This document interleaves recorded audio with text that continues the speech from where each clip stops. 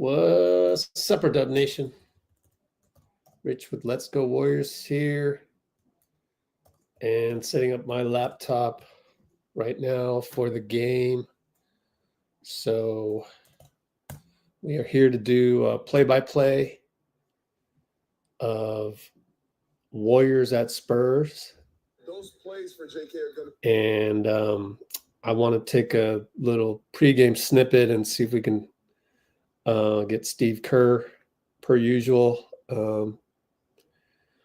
pregame snippet. If not, I'll just play the whole audio. Oh, there we go. So right off the bat, before I get into who we are and what I'm about and what we're doing here today, let's just go to Steve Kerr. Here's what the head coach of the Warriors earlier today, Pre-game. Steve Kerr, had to say about CP3.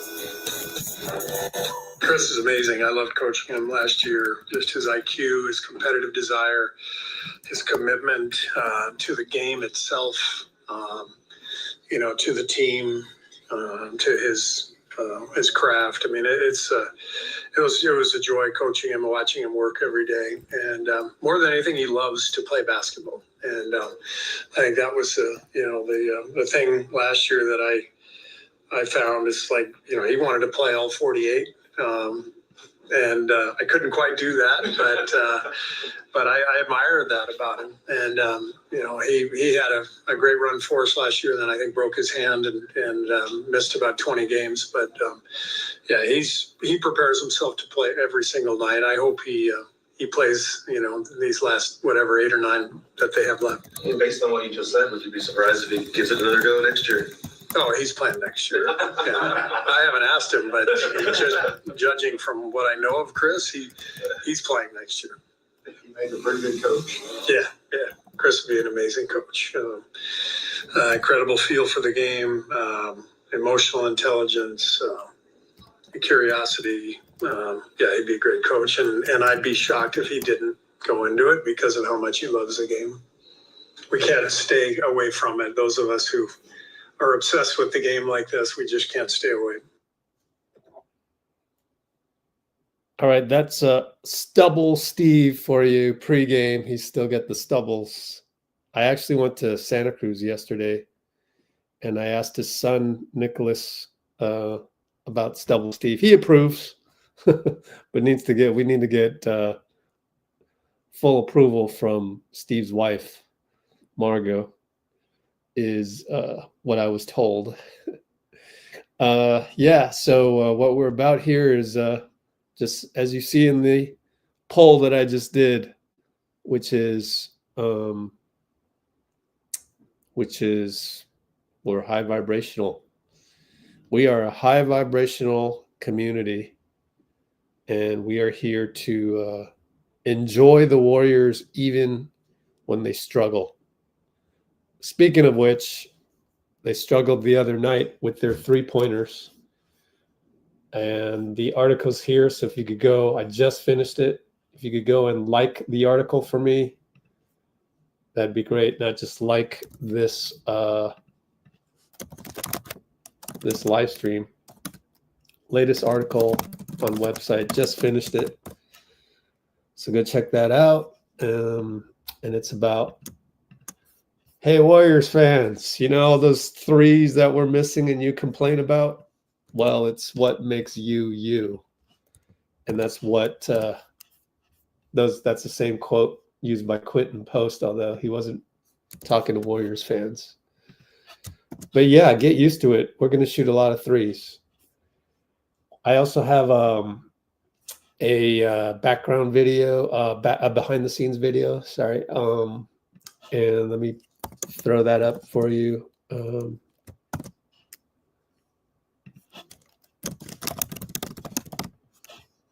And that is right here.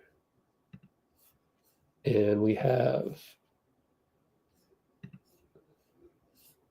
Miami Madness, which is pretty cool because there's fun stuff. There's really fun stuff, honestly, even though the game didn't go our way. So there's Miami Madness and latest vids. and the other one is New Orleans. And you get a closer look at what Willie Green did. I talked about that in the article as well. In fact, let's run that before the first tip-off. Can't wait to show you guys Willie Green game planned against us as well. And that is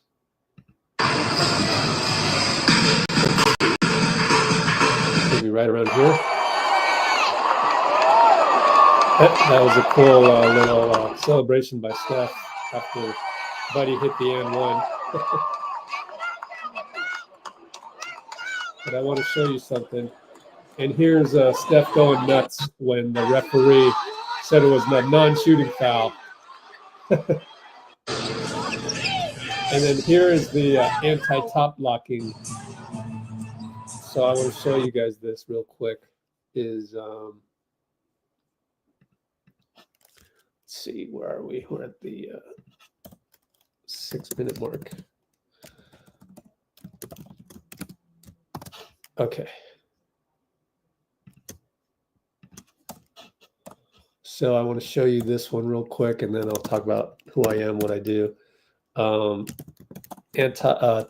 Top locking and stopping Steph's twos by Willie Green in the NOLA video. So the reason why Moses is so open is because they sold out on Steph doing the slip cut off of the anti-top locking counter play. Watch this. So Steph's going to set a pick and slip cut. This guy is going to sell out off of Moody to double Steph.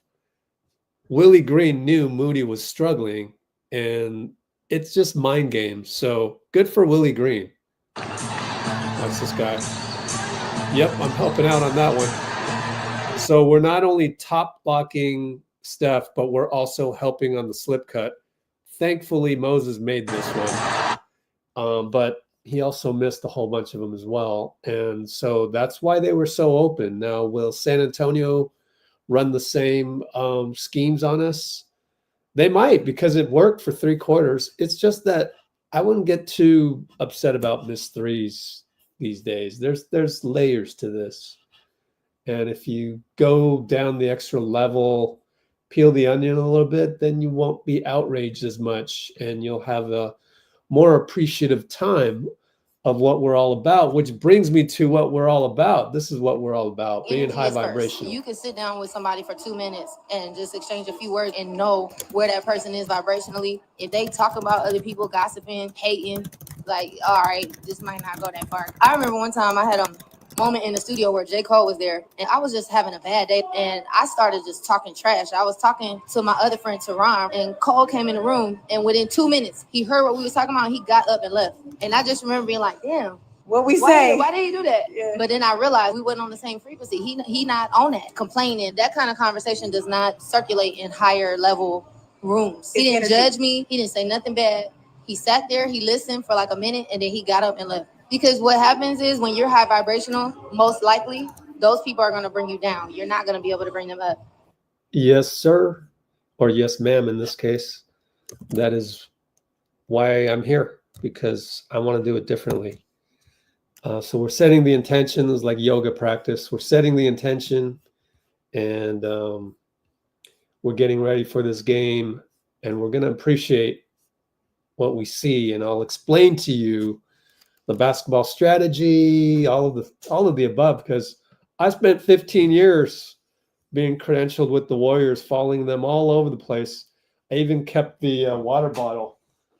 Literally have it right here. Brickell on the river, that's Miami. So if you go look at my Miami videos, there's one of a thunderstorm that morning. Yeah. I remember all that stuff, and it's good memories. And but I stopped being on the beat for every game, every morning shoot around, every practice, every game on the road. I stopped doing this officially in July, and this is where I told Steph, he's wearing his Team USA stuff right here. I said, hey, let me take that one selfie that we should do every 15 years. And so I said goodbye and said, one of my purposes in life is now to spread the high vibrations to Warriors communities. And that's why I'm here on YouTube now instead of at the game, killing myself to get the next video. And yet I was in Santa Cruz last night because that's the other part of my life that I spend a lot of time on nowadays, being a caregiver. And yet I went to the Santa Cruz Warriors. It just so happened. And I interviewed Nicholas Kerr before the game. So I have that. I'm going to wait until I have more time to work on that, to post that when maybe the content is a little bit of a lull, and that will be at the end of the regular season. Hopefully we're going to be 6th seed or better, getting a week off before a 7-game series, but you never know. But yeah, I'm going to hold off on that content. By the way, Taron Armstrong is tearing it up down in Santa Cruz. He had an amazing between the legs pass to the corner 3 2 nights ago. Anyways, our refs for tonight, John Goble. He's so-so. I actually like Sean Corbin, and Danielle Scott. She's okay as well. So, but I am a little concerned by John Goble. He is liable to give a T to Draymond. So those are the refs. You always want to be wary of the refs. Sean Corbin is not bad. Danielle Scott's pretty good, honestly. Steph runs to the stanchion. So please go like the article that I just wrote and go like everything else. I see some comments in there. What happened here? Someone tag me? Be sure to tag me. All you got to do is @L. Did you ask Coach Kerr about the 2s? Yeah. Oh, we won the tip. Draymond, we start small. Draymond won the tip again. So good at winning tips. Turn the volume up a tiny bit. Up top, Draymond. And we got some 2-point action. Jimmy. Wow, just slipped the screen so easily. How did he do that? I mean, so easily is the thing.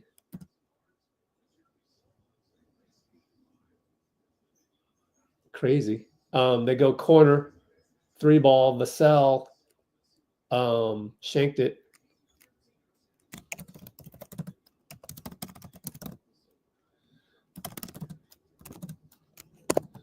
Post up Draymond on Chris Paul, over to Moses, over to BP up top. Shoots a 3 after Steph clears out and hits it. Way to go. There you go. 5-zip. Sochan against Jimmy. Tries to body him up. Good defense, good offense. One leg spun the other way into the paint. Steve wants Danielle to have called a something. Interesting.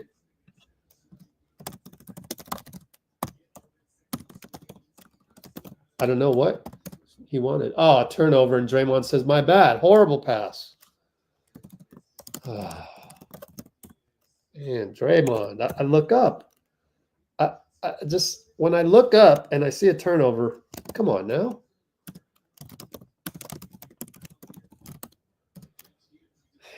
Bakery cracks the door open. And then they turn it over.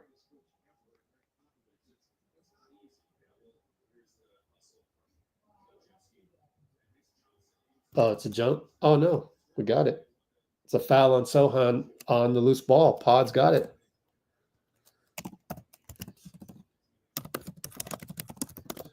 Right side, right corner. Jimmy out to Draymond, right wing. Moody pops from a Pod screen. Bricks it. No good. Three ball Vassell with the weird release. No good. Steph rebound. Jimmy, corner three over Harrison. Missed it. Moody got a rebound. Good rebound. Sochan, 2 fouls.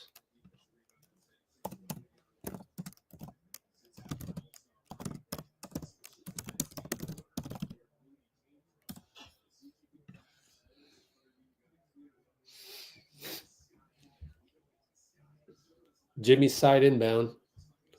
Draymond up to Podz. Steph looking for 2 screens. Sets a pick. Then spins around. Nothing there. Podz goes to Draymond. 4-3. Shoots a 2-pointer. Good. Draymond. Knowing that he had a hand grenade. 7-2 Warriors. Harrison. Baseline. Tough shot. No good. Sochan. Oh, over Podz' back, but he didn't complain. Chris Paul will get a 3 out of it.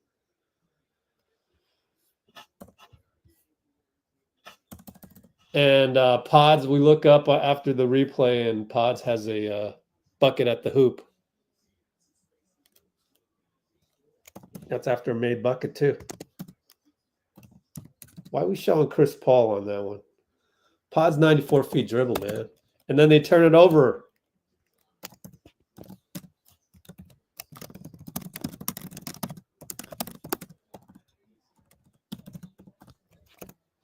Left side Jimmy now, slowed down a little bit. Moody turns the corner, down the lane. Moses.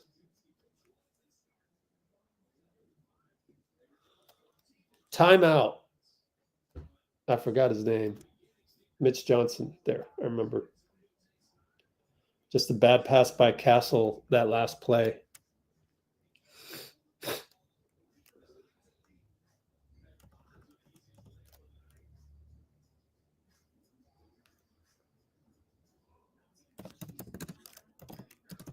So Mo with the blow by on Sochan. Timeout. 11-5, 8:47. That's more better.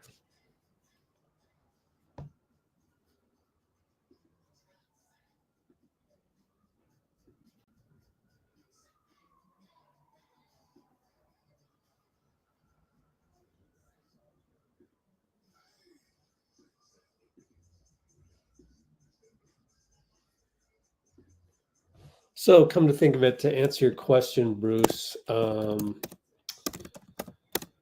actually I didn't get a chance to ask about plays for a 2 after many missed threes. Flow of the scrum.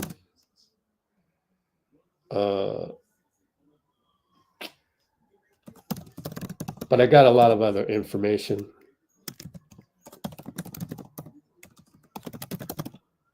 Tons and tons. Yeah, Mojo. Haven't started that well in a long time. Yeah. I really, I kind of give Willie Green credit for that, looking at, you saw in the beginning, per my clip from the NOLA video.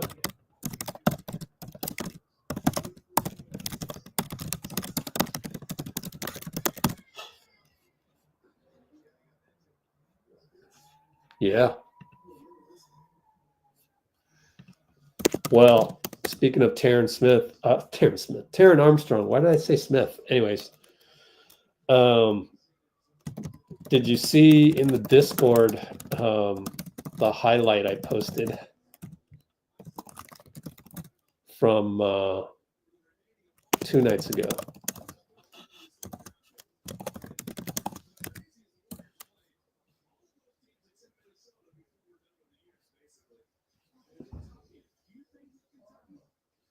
Bruce jinxed it, but then unjinxed it. Anyways, we're back to action. Stefan Castle. No, I mean that's Vassell. Sorry. Been saying. Oh, Jimmy got a steal. Oh, he read Chris Paul. Dunk. Castle's number 5. Oops.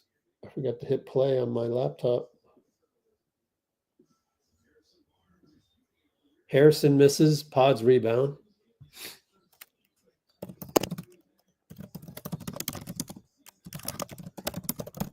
(13-5) Warriors. There's a foul again. 13 foul on the Spurs.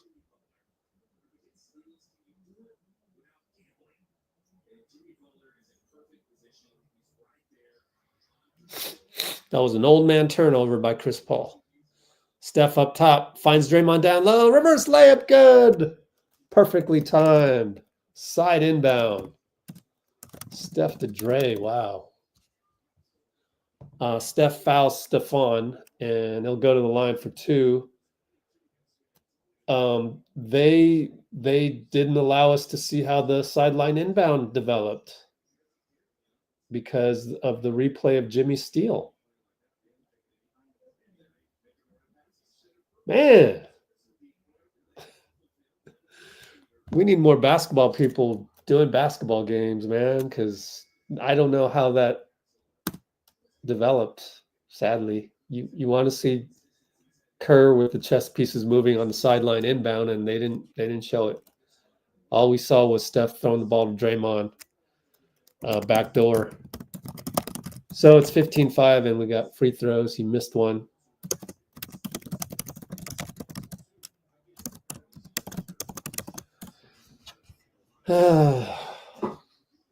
He makes one. We're up 15-6. Jimmy will set the table. Right side, Steph pick. Nope, goes away. Jimmy one-on-one. Steph goes to the... Oh, Moody slipped the sleeping Chris Paul. Mo backdoor cut on Chris Paul. And then Steph steals it from Chris on the pass. Draymond to the nail. Podz, alley-oop to Jimmy. Beautiful play. Another timeout.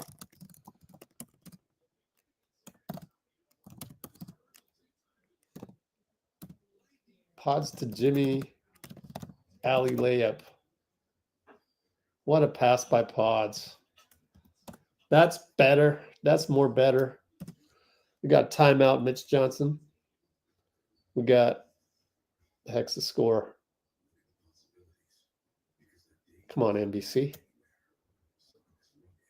No, oh no, let's look here. 19-6, 737.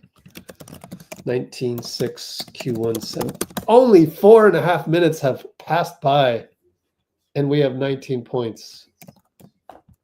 Beautiful. Beautifique. Is that a word? And we're scoring by 2s.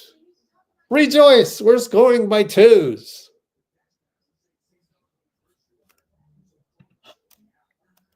Yeah, we're scoring by 2s.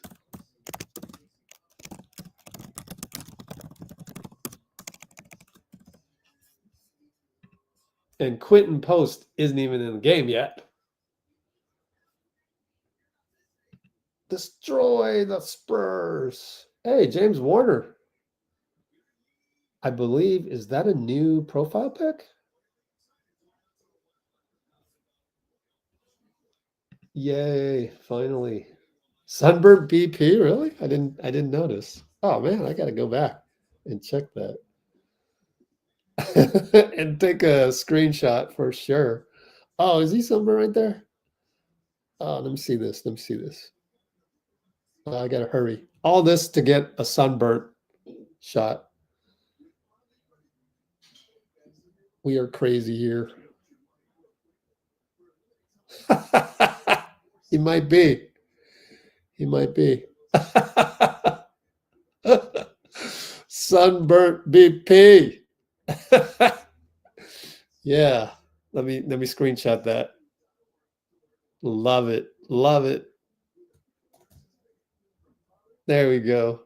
Oh, there's even more. There's better shots.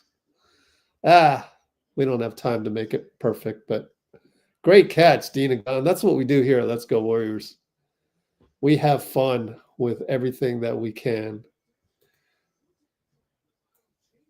Screenshot, share, airdrop. That's hilarious. Next timeout, I will screenshot that.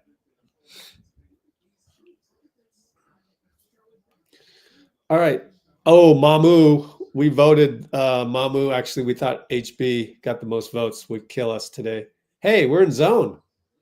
And they throw it away. And then we throw it away. What was that? Was that a Draymond duck? Oh, man. Keldon Johnson. And let me rewatch that. 3-ball Mamu. Man. Oh, Podz. Podz got it deflected. Ah.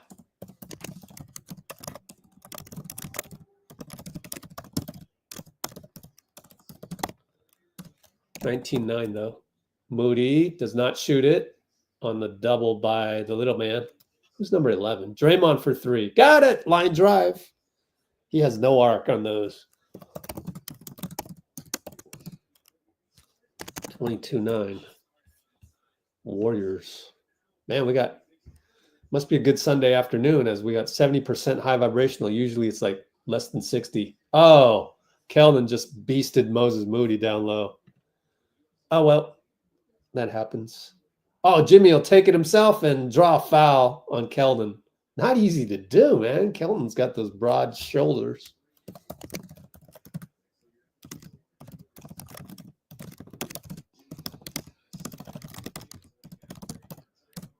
I mean, don't you love that? The fact that Jimmy can just absorb contact from like built like a linebacker, you know? To Jimmy, it's like nothing. Buddy and Guy Santos and probably J.K. Oh, J.K.'s coming in next. Oh, he's got the shooter, I bet. Coming in for Jimmy. That's why J.K. didn't come in.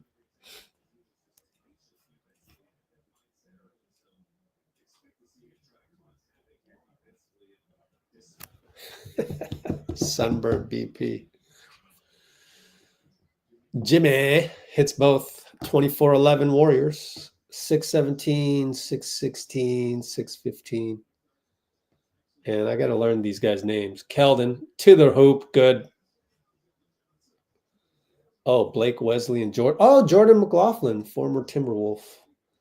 Oh, Jimmy finds Draymond, and was he fouled? No call from Danielle. They go the other way, 94 feet. Jimmy knocks it away, no call. Guy with the touchdown pass to Draymond. I don't know. I think it was clean.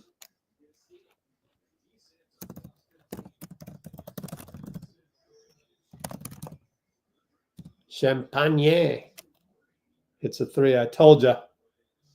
I told you. You be careful with Champagne.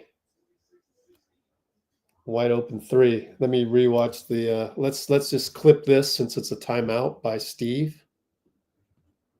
Let's see what happened where the breakdown was.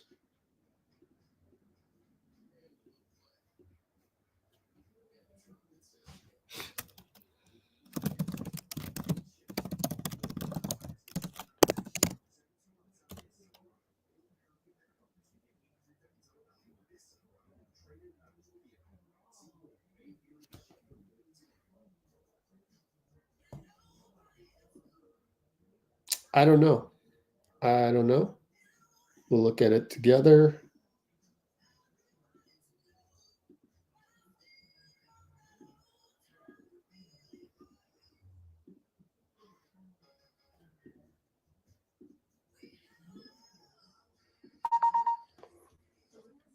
And the first thing we'll do is image file. Whoops.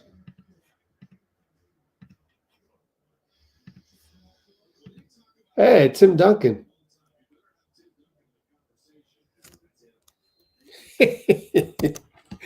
Sunburnt BP. Hilarious.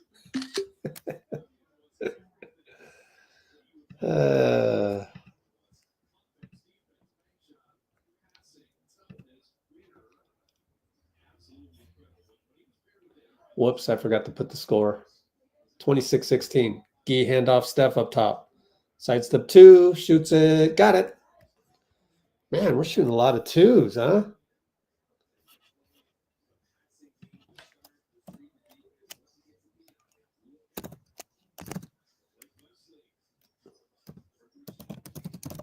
Champagne again for 3.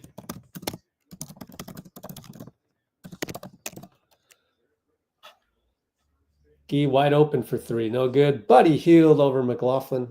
Smaller McLaughlin. Hand off Buddy. Down low to Dray. A bad pass. Oh, and it went off of Keldon. He couldn't hang on. Man, Dray, those are some bad passes, bro. But generally speaking, they've been good passes. Getting so many glitches on the Draymond said my bad again. So many glitches on the broadcast. Gee, one-on-one. Says bye-bye, Julian. Pulls up. Oh, hand grenade, good. Oh, Gee. 2-pointer, hand grenade.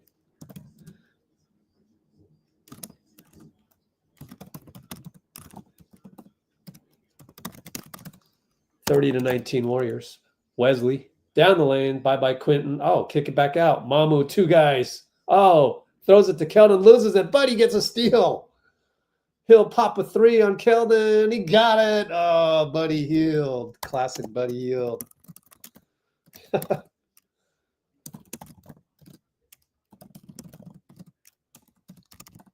33-19 Warriors. Very satisfying score. Mamu blows by Quentin. Jonathan just a little late. He's just not good to get to the ball. I mean, it's right there for you to help.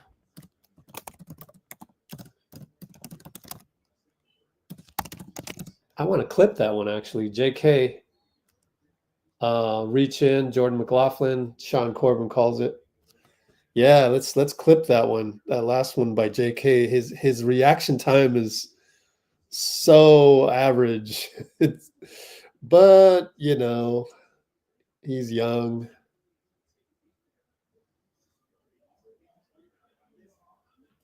Just his ability to read where it's going. He just doesn't have that ability, period.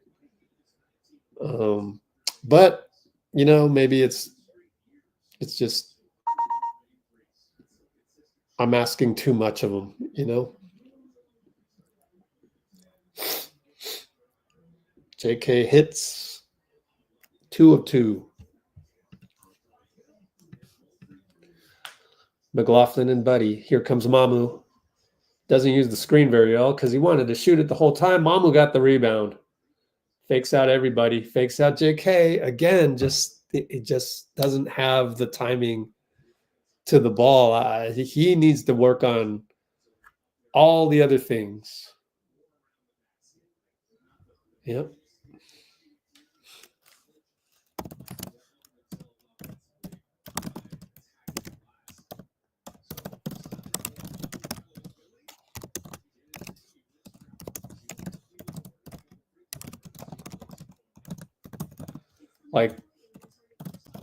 Like all those tennis ball drills that Steph does, that's what Kuminga needs to do.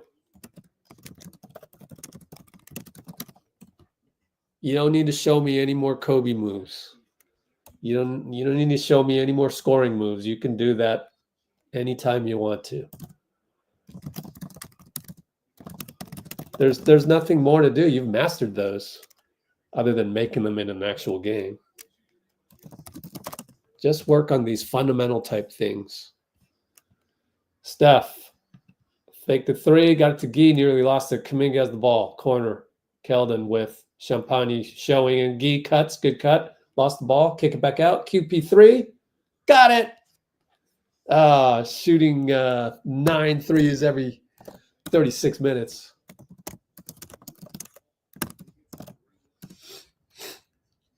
(38-22). Jordan McLaughlin goes by Buddy. And Buddy's yelling at JK and Gee. Really? Let me see what.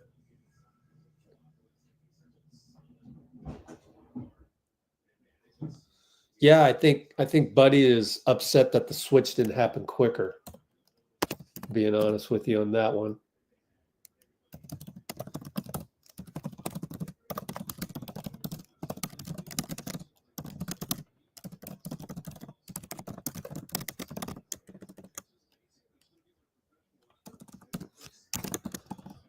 All right, Wesley to Champagne baseline stepped out of bounds. Good job by Kuminga, and Buddy gave him a high five.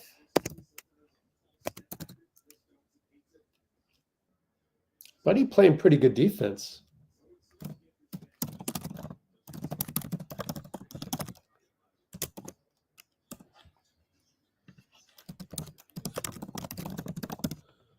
Kuminga air ball from the elbow, says my bad.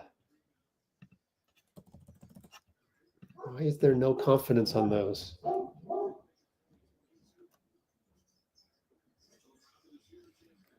Champagne, nothing there. Podz grabs a board. Good board by Podz.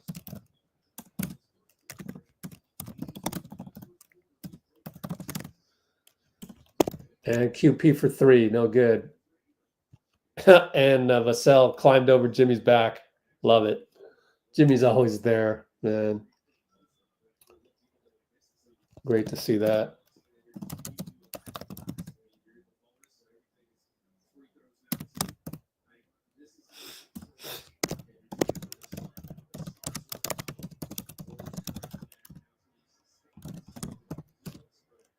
And he goes to the line, hits the first one. Up by 17. Sunburnt BP. Yeah, we got sharp, crisp passes. Is that PJ Carlesimo voice?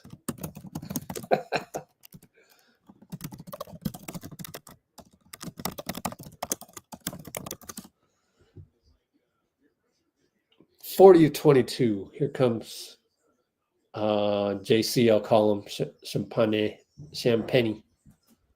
Penny. He should just have a nickname, Penny. Anyways, Vassell wants to shoot over QP. Good job. Oh, it went in front rim. Good job by QP, though, to not, splatter Vassell on the fake. Quentin post, no dip. 3-ball in the corner, missed. Wow, Quentin. He's firing away. He's Klay Thompson style.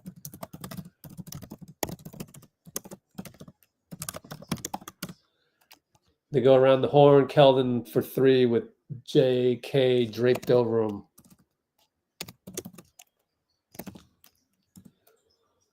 Oh, nice pass inside Podz. Nice cut, Buddy. And he couldn't catch it. Ah, well. I think that's a turnover on Buddy.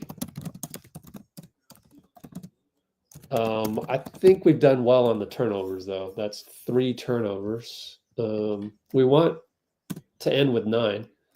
JC misses 3 over QP. JK grabs it, brings it over right side. Jimmy goes away. JK shoots it, fade away. Good. Don't complain, though. You just got to make those. And that was a 2-for-1. And credit Jimmy for getting out of the way.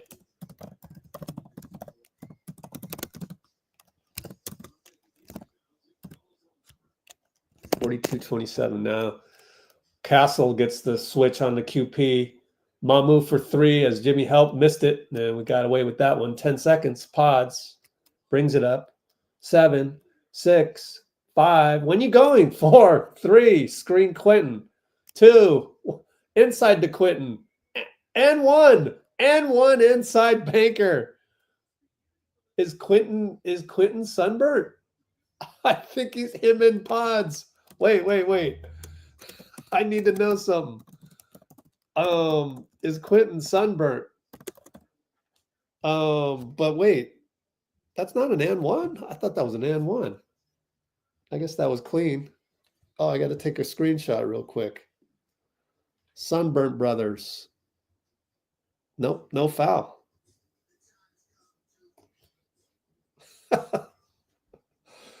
We got the Sunburnt brothers? No way.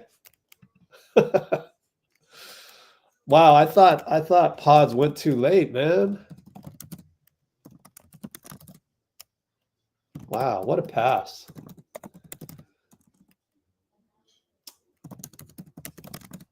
(44-27). That's about as satisfying a first quarter as you could ask for.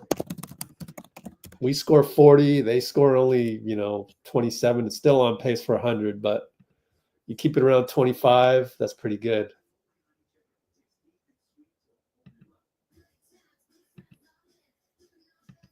We got to take a poll here. Is he sunburnt or is he just, what is that?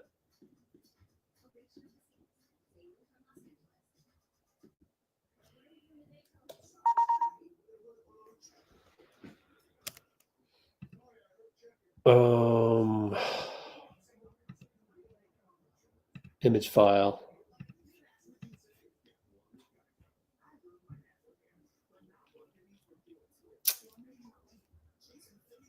So is he sunburnt here? I need to know. Let's do a poll.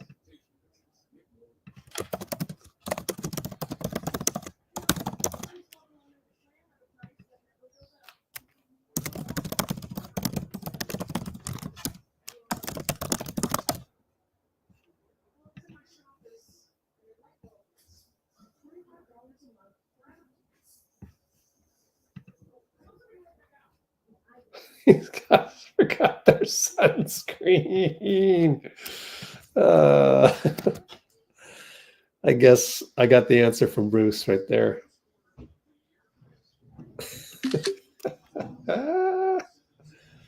It's awfully red, especially right there. And on the ears. Aren't the ears the dead giveaway? Ears are the dead giveaway, aren't they?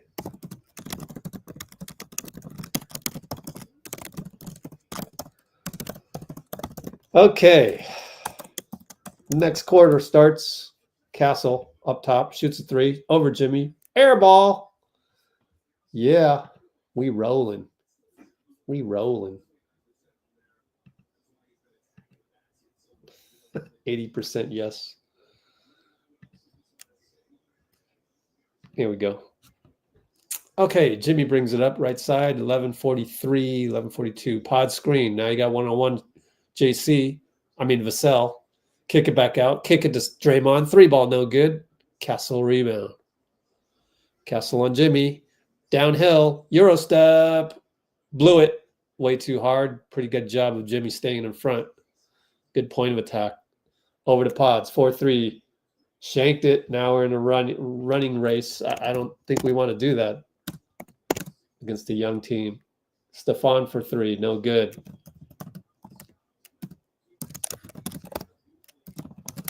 Pods doesn't shoot the three. Thank goodness. We don't want that. Inside Draymond mid-post. Finds Pods. Dangerous pass. Kick it corner. Jimmy, kick it to Dray. 7, 6. Back to Dray. 5. Over to BP. 3. Now you got to shoot it. Now you're in trouble. Harrison Barnes all over it. Shanked it. Didn't hit rim.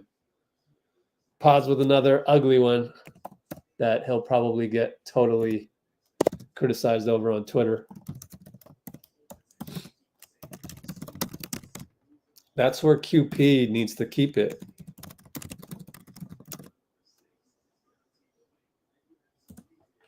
Steve Kerr likes Sean Corbin. Anyways, Stephon Castle, Jimmy. Over to Vassell and Moody. Here comes a screen by Sochan. He gets Moody on his back. He'll shoot a 2. Great defense, Moody. In and out. Great defense by Moody.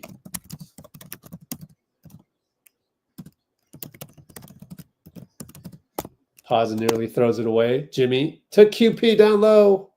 Push shot good.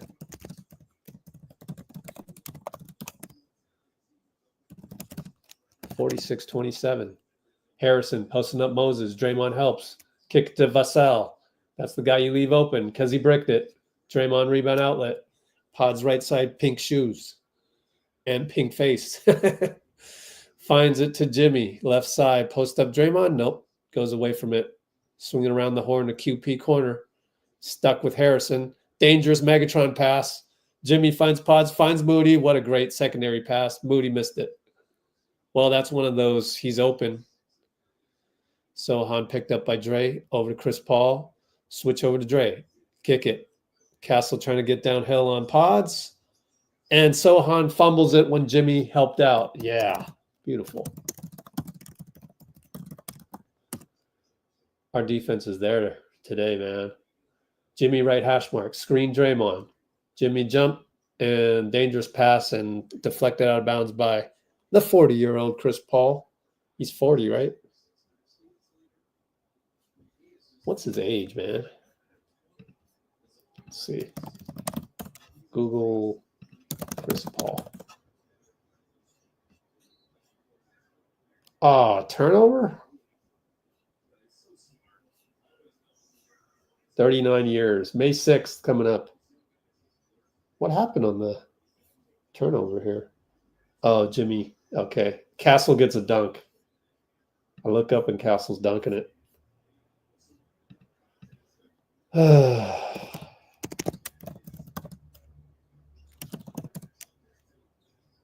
Yeah, they used Moody against him on that. Nice play by the Spurs. Out to Moody. Mo finds QP. 3-ball. Nope. Oh, but Jimmy and Mo tracked it down. Good job by Mo to deflect. QP down low. Got to finish against Harrison. Double dribbled. And he's mad at himself. Now we got a couple of brainless turnovers. Unforced.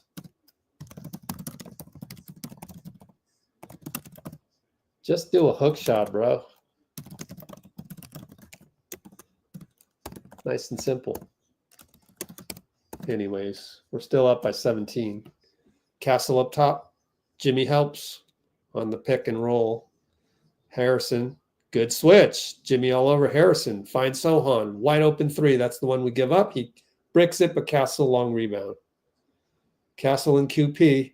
Shake and bake. Hesitation. Goes up. Missed it. Draymond taps it out. Moody long rebound. 3-on-3. Megatron over to Pods. 3-ball wide open. Shanked it. You can see it on TV. And Moody slaps it out of Chris Paul to stop a momentum. So that's good by Moody. And there'll be a timeout right here. And give me a chance to let's look at some plays. Let me see here. 2 screen recordings, maybe. Yeah. Oh, there's no timeout. Steph just comes in. So cool. We'll keep it here. Watch some Steph Curry basketball.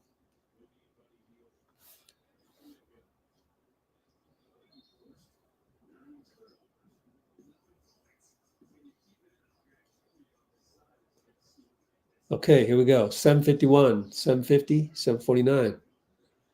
And Chris Paul, Hield, gets the screen. Harrison Barnes, catch and shoot. In and out. Moody, good outlet to Buddy. Buddy turns the corner. Oh, yeah, J.K. wide open. Fires a 2. No good. Wow. Moody's going to foul HB, which is actually a pretty good foul, considering we're just going back and forth on that one.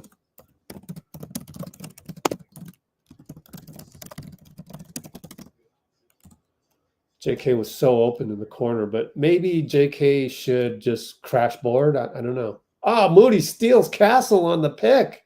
Over to Buddy. Buddy scores over Chris Paul.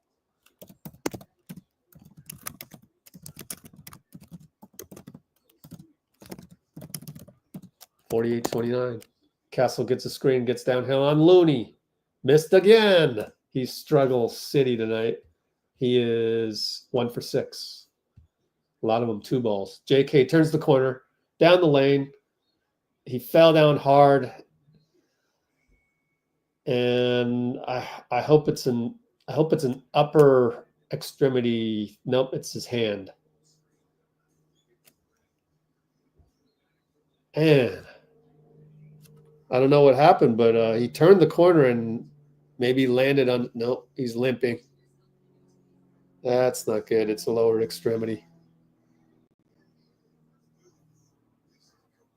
I have no idea what happened. He landed awkwardly on his butt too, so could be his butt. Let me look one more time.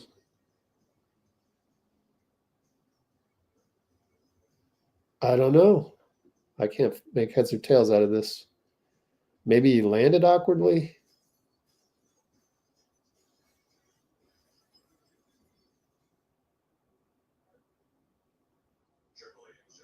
No idea.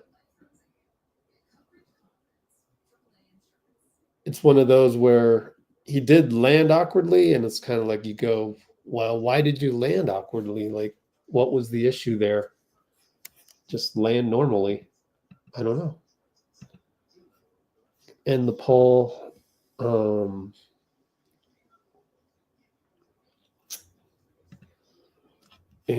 let's take a look at some plays. Actually, let me do some marketing. Let's look at the plays at halftime. All right, now we'll look at the play now.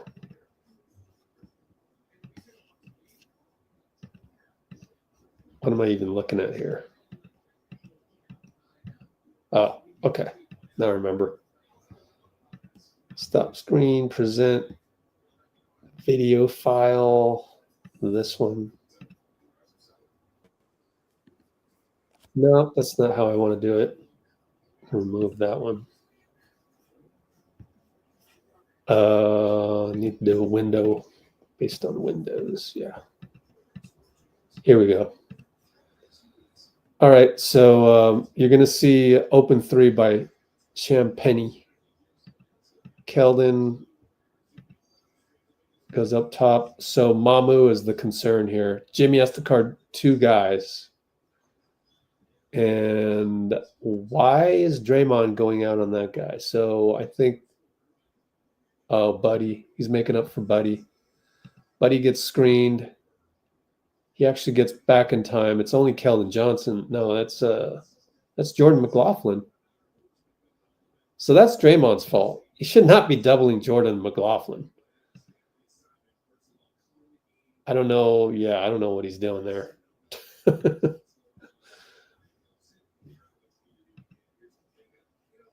So, not sure why Dray doubled McLaughlin.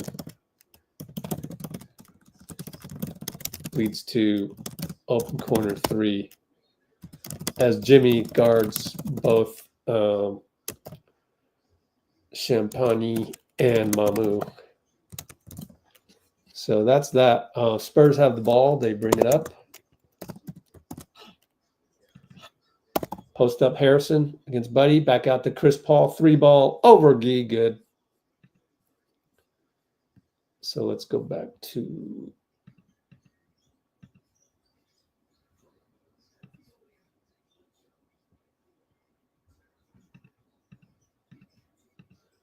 inside Looney to Moody. Foul at the rim by Harrison.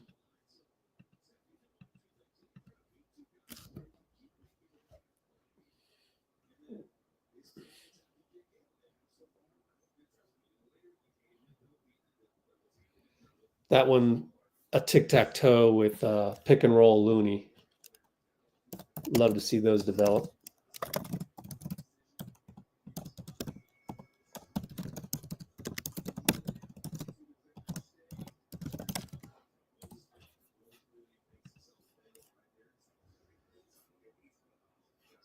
Did I take a screenshot of that? I did not.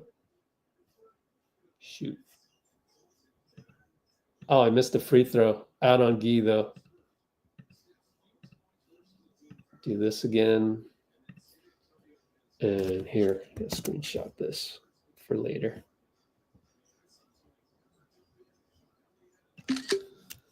Okay, now getting back to action.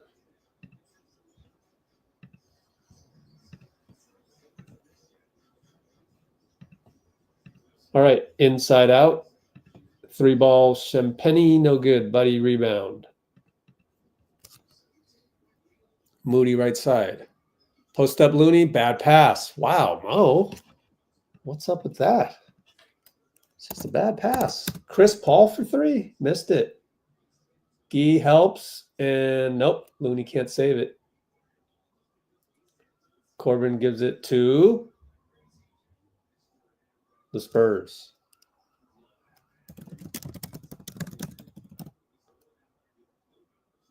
No, he gives it to the Warriors. Corbin with the good rapport with Chris Paul. I told you Corbin's good.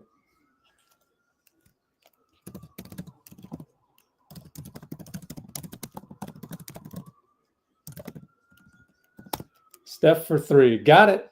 Over Sochan, contested. Sochan 94 feet. He tips it. Beautiful tip.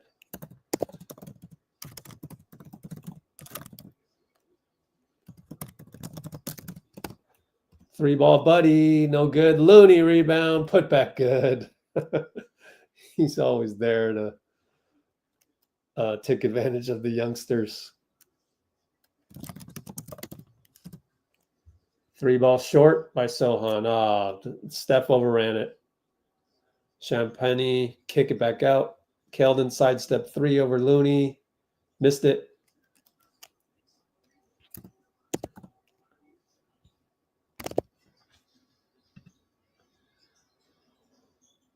Down low Looney against Chris Paul. Fouled by Chris Paul.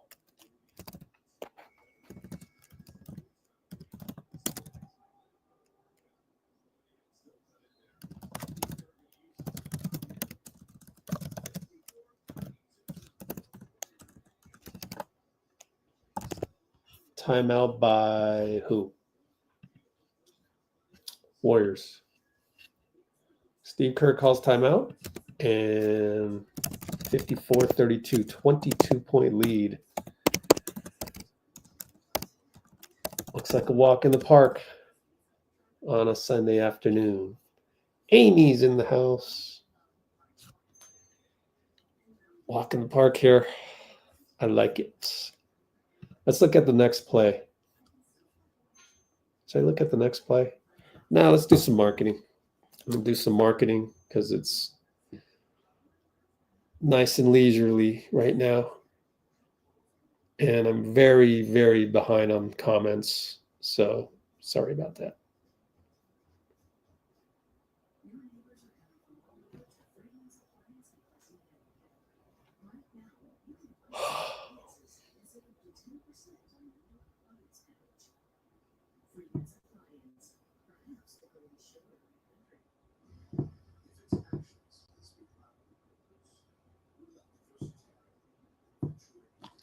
Let me check what the other play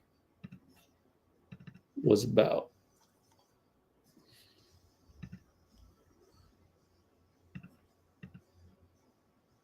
Oh, it was J.K. Oh, what did they say about J.K.? We better check Discord real quick. So much for doing... by the way, Slater isn't at the game, so we're not going to get any of those insights, but... wonder what happened to Kuminga. There it is. Might need a butt pad. Okay, that's all we got so far. He might need a butt pad, said Dalton Johnson.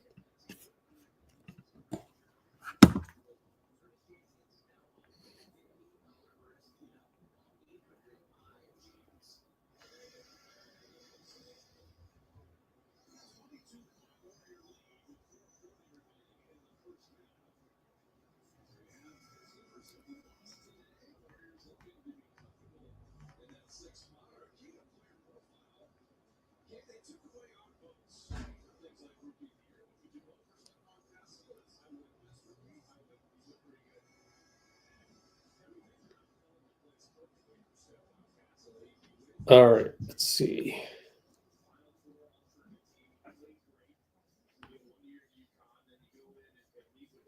Oh, I haven't saved any of my screenshots.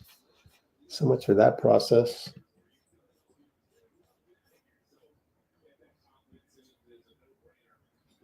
Go inside to Looney and 1. All right. Rewatch that one too.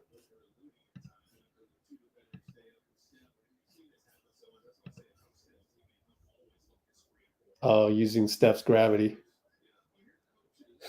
Steph already celebrated. Love it. What an ATO, man. Steph gravity, lefty sling. Steph celebrates. Loon and 1. Makes it 57-32.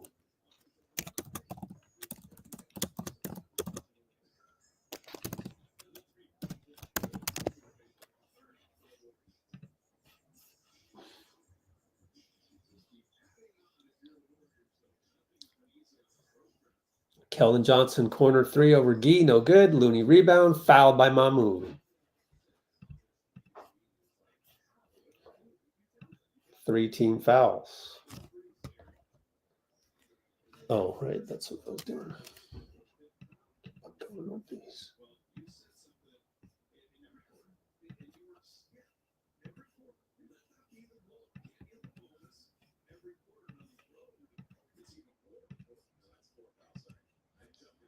Oh, 14 fouls, my fault. All right.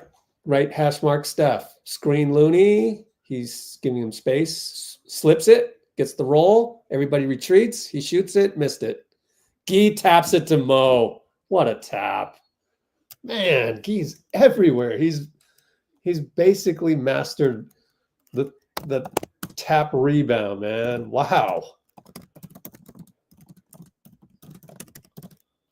That's incredible.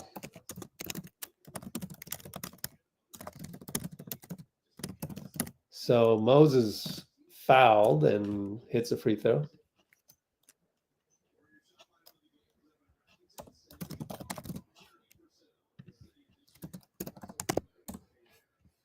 Gee, it's a Gee bound. Gee bound. Man, he's so good at tapping the ball. 3:52 to go. Chris Paul screen. Steph has to handle Mamu. And I think he was yelling at Buddy. Buddy gets beat. Steph's mad at Buddy. Interesting.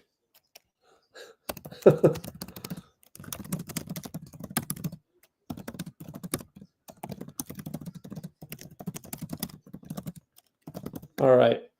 Gee inside out to Looney. Now Buddy right side. Shoots a 3 over Mamu. Missed it. Looney tapped it out of bounds. Couple subpar sequences for Buddy there.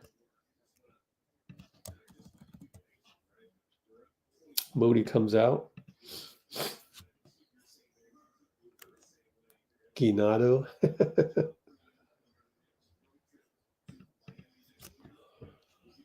And that's who the heck is that? Wesley. Wesley turned the corner. Keldon Johnson travel as he tried to attack from that corner.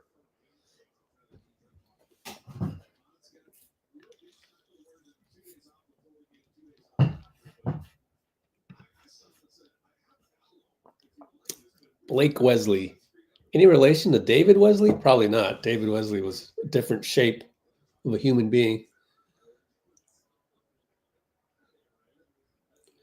Did anybody listen to the Draymond podcast? Because they had talked about Baron Davis wanted to fight a teammate after they were mad at he was mad at Baron for not passing him the ball, and Baron next time down the floor. So there's a technical, and Steph just made it. And next time down the floor, is Gee sunburnt? Looked like Gee's sunburned a little bit. Them 3 youngsters went and got sunburnt. I think. Steph brings it up. Man, they just showed a dude with his girlfriend wearing a Sacramento Kings jersey. Steph hits a 3. I don't know if I could do that, guys. Nah, my GF would have to ditch that Kings jersey. Anyways, Steph 3 makes it a nearly 30-point game, 29-point game. Blake Wesley, brick. Podz rebound. Jimmy outlet. Right side hash mark, directing traffic. Slow it down. Steph goes around. Oh, Gee slips it. Oh, Jimmy, bad pass. Good idea by Gee.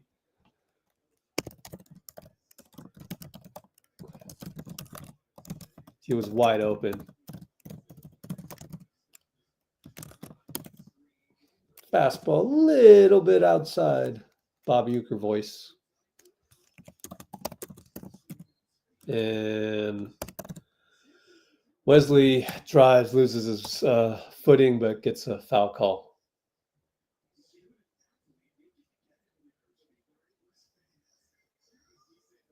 I think Gee got sunburnt, but not really because he doesn't get sunburnt, I don't think. So was Gee the only one to bring the sunscreen? Or Now, if you're rolling with pods and QP, that means they all forgot the sunscreen. Anyways, I think Guy got some sun as well. What do you guys think? Should we do a poll? Let's do a poll since there's nothing else to talk about. Comfortable near 30-point lead, but now it's 28.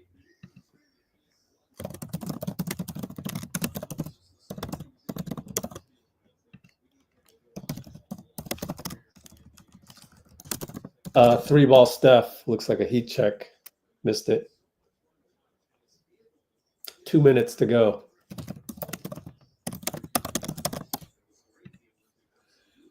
And they find Mamu down low as Keldon broke down the defense. We're getting a little lackadaisical here, but we're up by 26.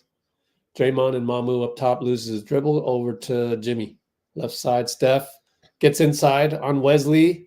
You got to go. 3 seconds in the key. Steph fouled before the spin. He'll go to the line. Kind of funny. Steph is posting up. It's like Michael Jordan back in the day. Totally fouled by Wesley.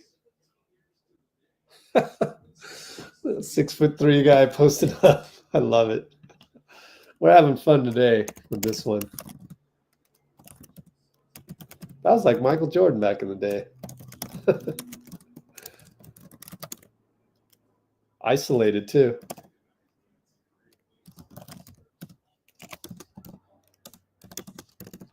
Makes both. 65-37. Comfortable 28-point lead. 133, 132, 131 to go. Yeah, I guess Guy is sunburned. Yeah, you guys agree with me.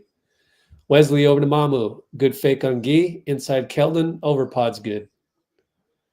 Goes to Steph. 120 to go. Still up 26. Steph and McLaughlin. Good screen. Draymond turns the corner on Mamu. Oh, reverse layup. Missed it. Pod's rebound. Out to Dray. 10 on the clock. Shoots it short. Guy almost got a tap. Now they're on the run. Wesley getting downhill. Nope. Over to Mamu. Fakes the three. Gets it to Keldon. Absorbed by Draymond and one. Of course, Goble is going to call a foul on that one. Man, all Steph had to do was make that layup. It's a 5-point play.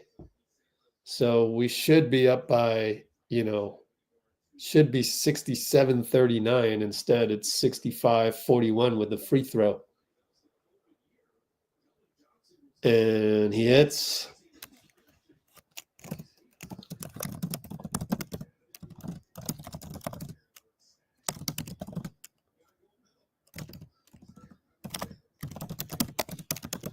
Inside Jimmy. Over to Guy from Pods. Over to Draymond. Handoff Steph. Beautiful. Splits the two. Finds Pods. 3-ball good. If he missed it, it would have been overpassing, right?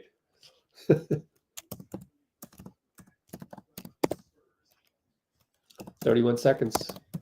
Keldon 94 feet against Guy.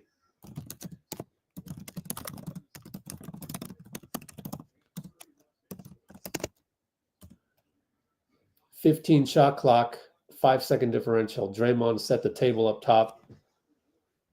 They got the San Antonio Tower in the logo. I love that logo. Handoff Steph. Shoots a 3. Short. 6 seconds left. Mamu. I don't think he can foul. Nope. 14 fouls. Mamu nearly threw it away. Draymond all over Wesley, and good defense, Draymond. So we will take a 68-44 lead at halftime. I need to catch up on comments, but I also need to do some marketing. So let's do the marketing first. And ooh, Guy Santos. Here we go. Here's Guy. And your mindset coming into a game. Just like you said, playing hard every night. The little stuff, it's important to do, but don't show me the box score. I'm going to be there doing all this stuff.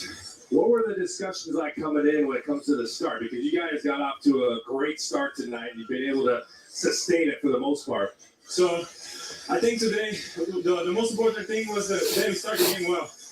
we start playing well. We scored 44 points in the first quarter, and that set the whole tone for the game. So we just gotta maintain it and keep playing hard like we're playing right now.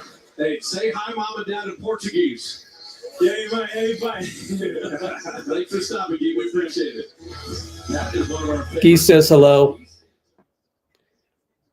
And I'm doing marketing as we speak.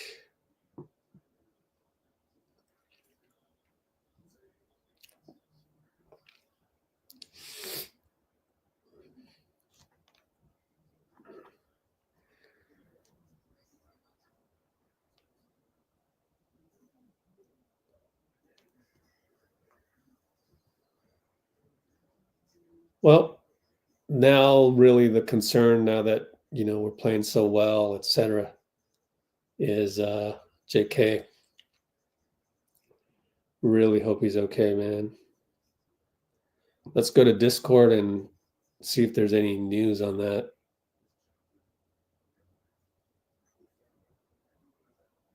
But after I do my marketing.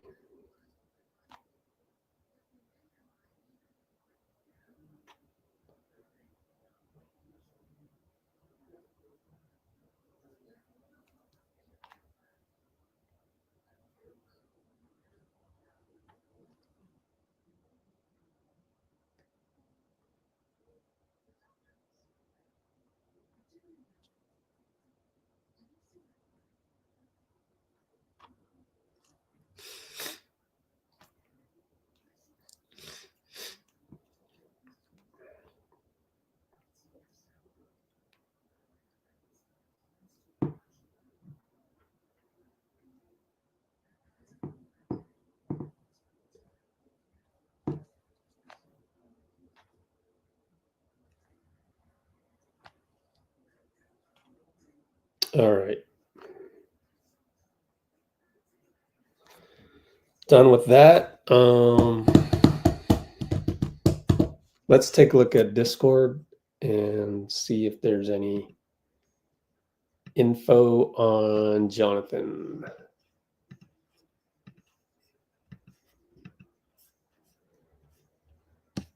Here we go.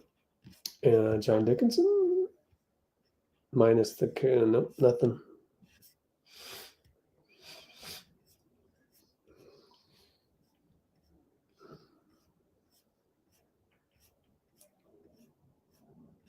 Well, Slater's not at the game because he went to go cover OKC.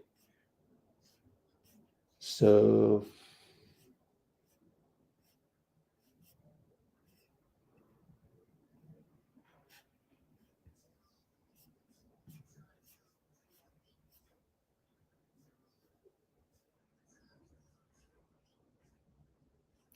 there's a brawl in Minnesota. Anybody know about that? Or anybody know about the brawl in Mini? Per Dalton Johnson.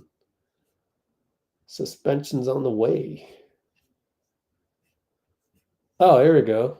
Slater is covering. Maybe he is at the game. I don't know. But there's nothing there.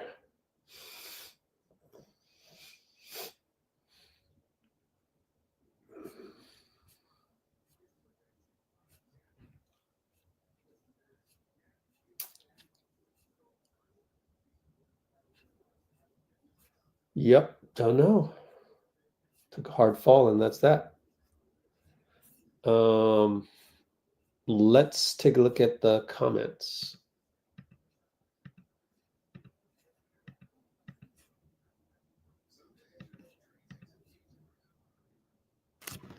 All right, let's see.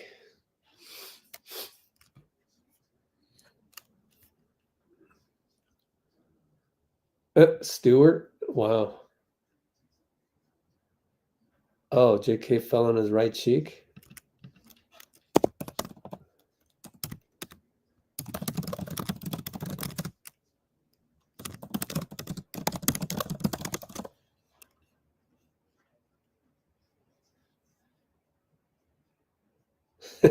Yeah, seems like the Warriors had a fun time in Miami.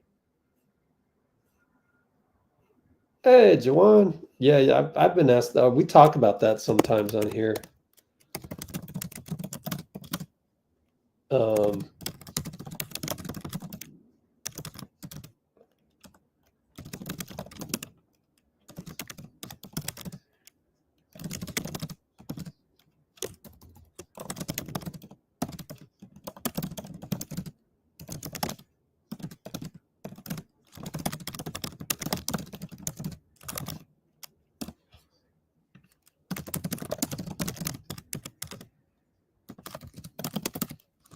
So what I tell people is, and most of the people in the chat know this, if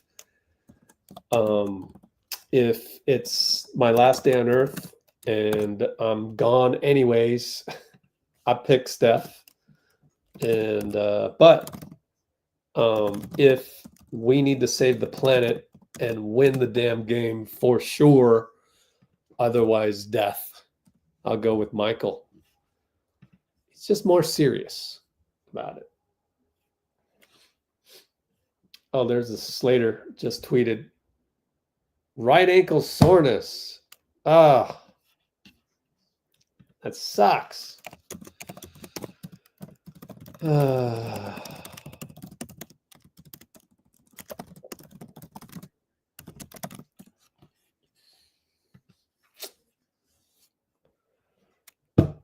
That sucks.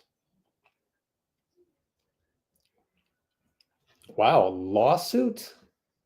What? Holland fouled Reed hard, and then Dante came in grabbing him. Stewart was doing extra bickering during this stuff. Huh. Okay, I'm forced to click on the link from Brugy. Oh, wow, swinging at him.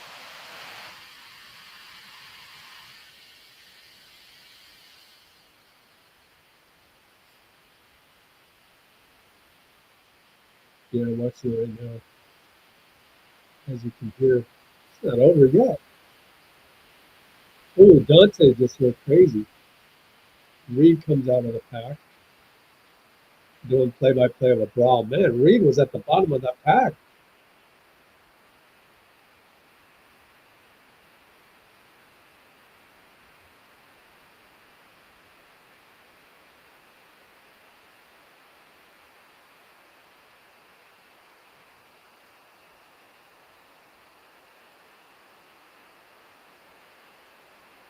That's a hell of a find by Brugy. I think that is, I think that's just fan video.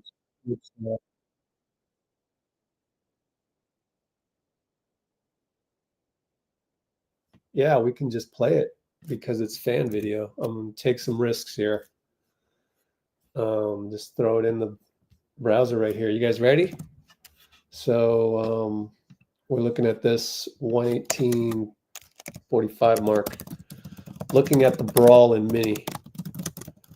Dude, Isaiah Stewart, was that him just wailing at him? I mean, how can you be so mad at there's got to be something going on. Let's take a look.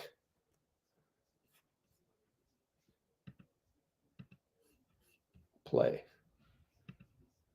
Look at him just taking swings right here. If this thing plays, I don't know what's happening. There we go. No, that's Holland. You're right, Holland.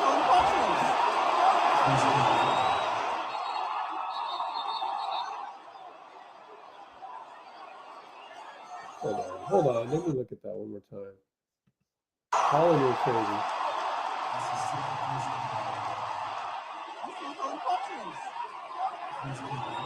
Holland took a swing at Dante.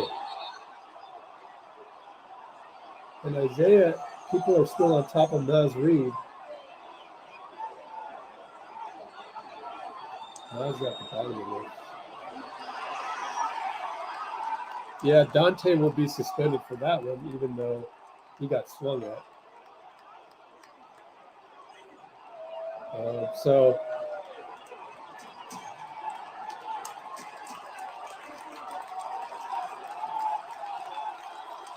anyways, the rest of it's not really anything to write home about. What we got left on our schedule here? Where's my Warriors schedule? Is it? Man, did I delete that? This one? No. Not that one, not that one, not that one, that one. Oh, here we go. Memphis, LA, Denver, Houston, yeah. And I wonder who Minnesota has. Yeah, well, thanks, Brugy, for that one. Dante's going to get suspended for not holding back that last one. I don't blame him, but yeah, who do they got left? Let's take a look at their schedule. NBA.com, Timberwolves schedule.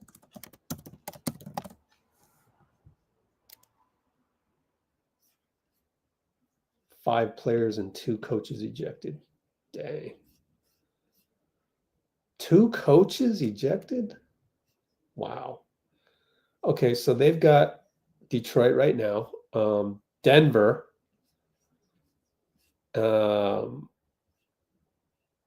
Brooklyn, Sixers should be cakewalks. Milwaukee's tough, and so probably suspended 3 games or something. And be 1, 2, 3. Then Milwaukee, Memphis, Brooklyn, Utah.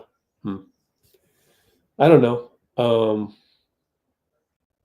What happened? What happened with Reed?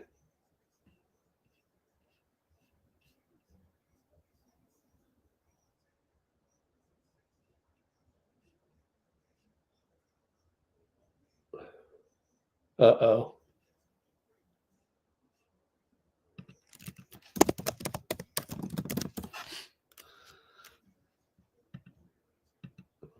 This is not the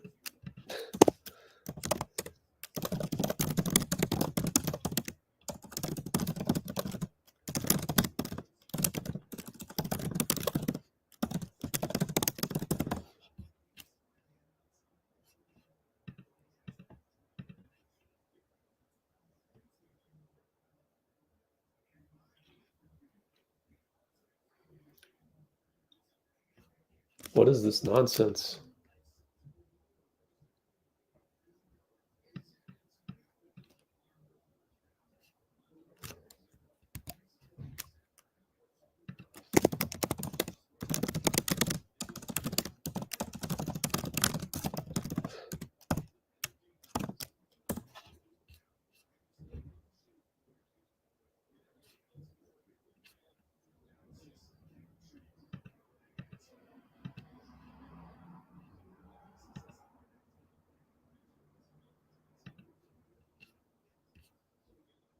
Y'all got to stop these guys before they go off on tangents here.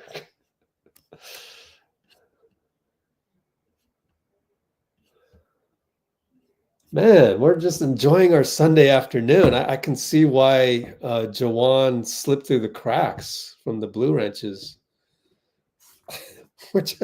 We're just enjoying our Sunday afternoon, and you got to throw Steve Kerr under the bus, and he's not even in charge of Kuminga's contract, which I shouldn't even mention because that's utter nonsense. Wow. Anyways, we must move on, and key point, moving on and not giving dude my energy. Try not to give him yours. J.Cole voice. And with that, let's play. Jawan, if anything, Energy listen is to first. this. You can sit down with somebody for 2 minutes and just exchange a few words and know where that person is vibrationally. If they talk about other people gossiping, hating, like, all right, this might not go that far. I remember one time I had a moment in the studio where J.Cole was there, and I was just having a bad day, and I started just talking trash. I was talking to my other friend, Teron, and Cole came in the room, and within 2 minutes, he heard what we was talking about, and he got up and left. And I just remember being like, damn. What we say? Why did he do that? Yeah. But then I realized we wasn't on the same frequency. He not on that. Complaining, that kind of conversation does not circulate in higher level rooms. He didn't judge me. He didn't say nothing bad. He sat there, he listened for like a minute, and then he got up and left. Because what happens is when you're high vibrational, most likely those people are going to bring you down. You're not going to be able to bring them up. All right, we just started the third quarter. Sochan handoff CP. Kick it 2 times. Tough 3 by Vassell. Oh, he made it over Pods. Now, if they make another one, I don't know if I've burned a timeout. Maybe you would, because we've got 5 timeouts left. Yeah, you've only called 2. You want to call no more than 3 in the first half. Now we got a holding foul. Castle on Steph as Jimmy wanted to hand off to him.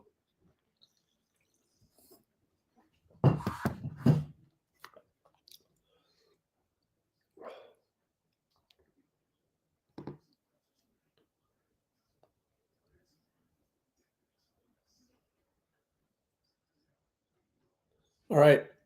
Left side, Jimmy on Jeremy. Bursts to the left side and throws it away. Ah, Jimmy. Man, that's a Steph and Draymond bakery type thing. And then Castle throws it behind Sochan. Easy steal for Pods.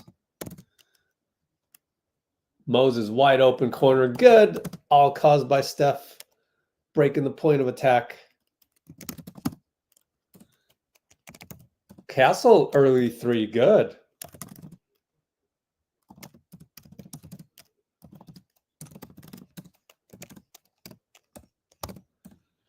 Moses back out to Pods. Nobody's moving. Moses sets a pick for Steph. We're still not moving. Pods slips the screen to Mo. Fadeaway, no good. That was ugly. Harrison, Draymond. Right side. Backs it out. Up top. Kick it to Paul. Left side.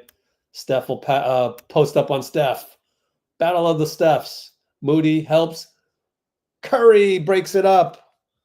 Good defense, Steph. Traveling on Pods. What? Wow. I didn't see it. I'm with you, Pods. I didn't see it. I'll refer to the other Steph as Castle. Let me see this traveling. Wow. That is, I don't know, man. Call the ones that's more obvious, man. Jeez. Goble. Wow. I do not agree. Only up 21. Couple threes by the Spurs. Harrison, baseline. Turnover. Jimmy behind the back. Bye-bye, old man. CP. Pods finds Steph. Back to Pods. Moody. Beautiful play. Good attack, Moody. All of that. Pods, Steph, Pods, Moody. That's a tic-tac-toe and one. That's a connect 4. Beautiful. Meanwhile, Vassell turns the corner, scores.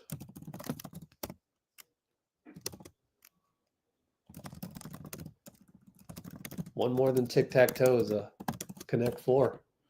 Foul on Sochan. It's got to be 3, right? All right, we can end that old poll.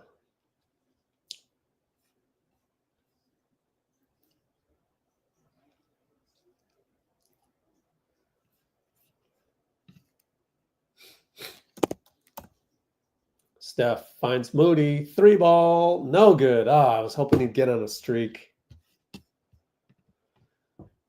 Vassell over to Castle for 3 over Draymond. He just made one and he missed that one. Steph, outlet, Pods, finds Moody wide open. He shoots it.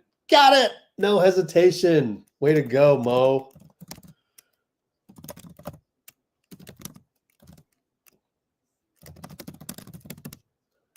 HB finds Vassell for 3. Oh, he hits it. They're hot, man. They're hot. Devin Vassell. Pods turns HP. Wanted a foul in the back. Yells at Danielle. Be careful. And then Vassell and 1. Draymond's pissed.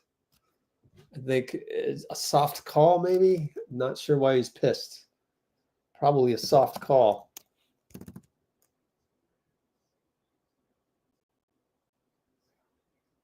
Yeah. Very soft call by Goble.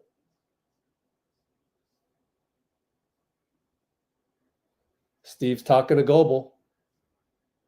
Goble says, okay. Wow.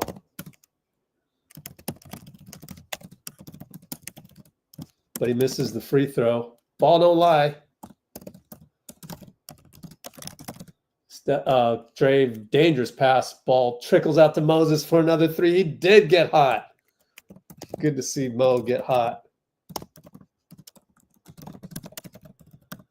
81-57.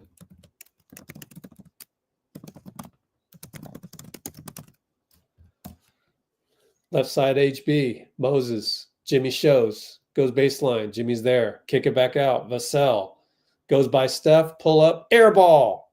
At the buzzer. They didn't call shot clock violation. 94 feet later, Steph scores. Do you timeout? Mitch Johnson does not call timeout.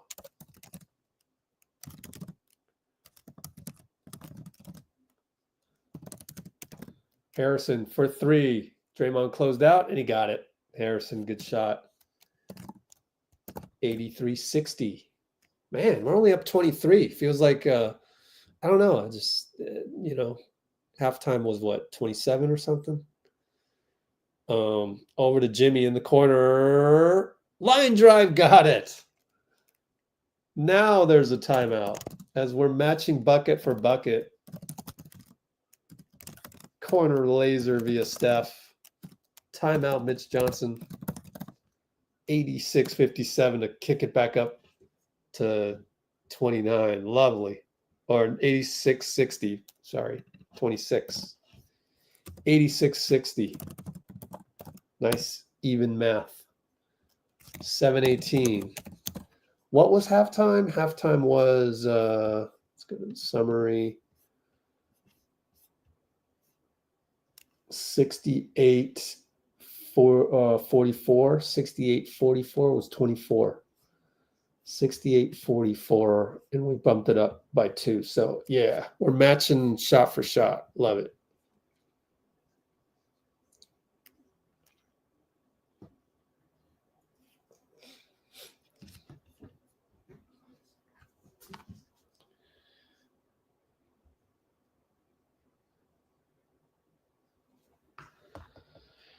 Play solitaire for free. No Wi-Fi Oops, needed. that's my Play photo anytime, grid. anywhere. I'm trying to. I'll go live on Instagram shortly.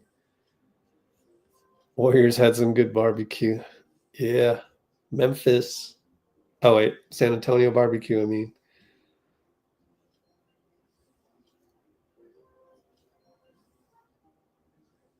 Pistons and Nuggets. What's going on with Denver? Are they playing? Who are they playing? Let's look at Nuggets right here. Where's my schedule? I don't have a schedule window.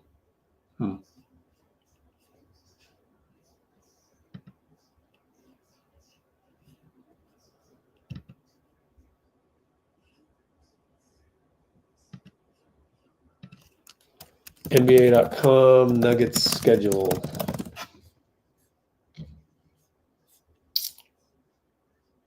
Oh, they got Minnesota.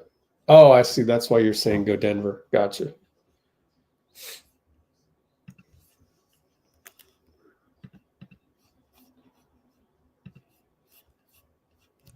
Okay, let me finish up my Instagram post.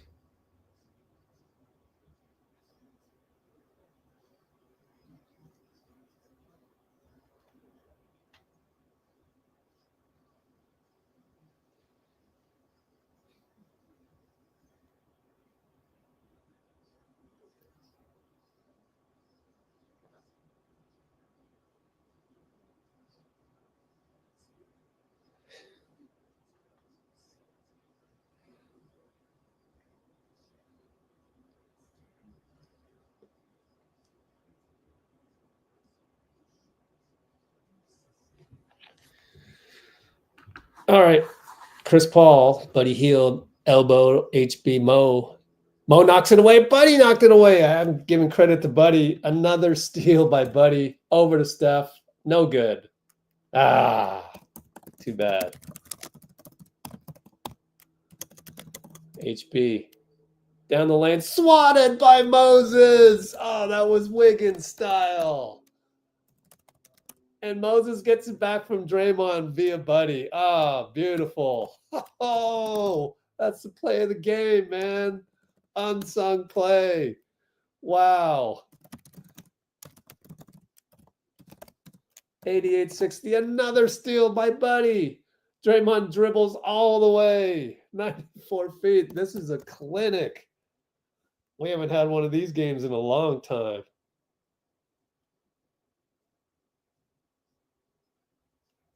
Yeah, that was Draymond with the steal. HB gets fouled. What's the score? 90-60? What a lovely score, man.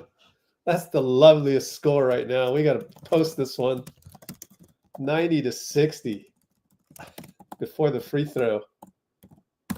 Oh, he hit two. Never mind. Was it an and one? I didn't even see.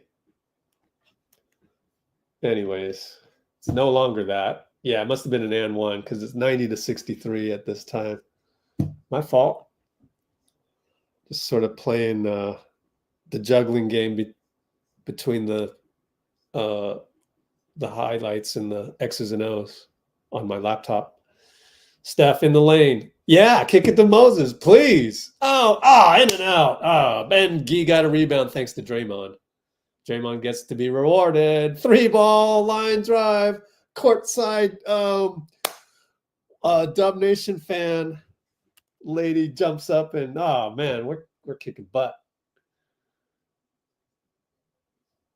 The fact that Gee was even involved in that offensive rebound, 3-ball Champagne and Gee again, and Moses finds it. Oh, he lost it and got it right back.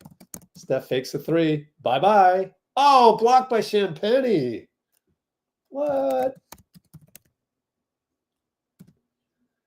And Keldon's going to go 94 feet. It's a pickup game right now. And Steve will call timeout because I said it was a pickup game. I told you. Draymond with that boom. 93 507 93-65 507.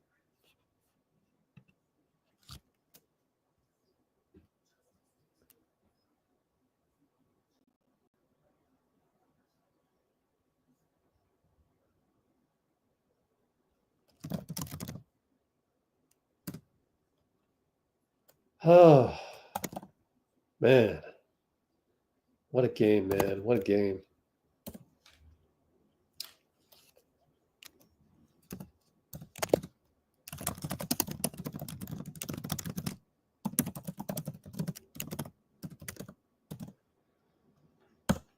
So Steve doesn't want the pickup game to go any further.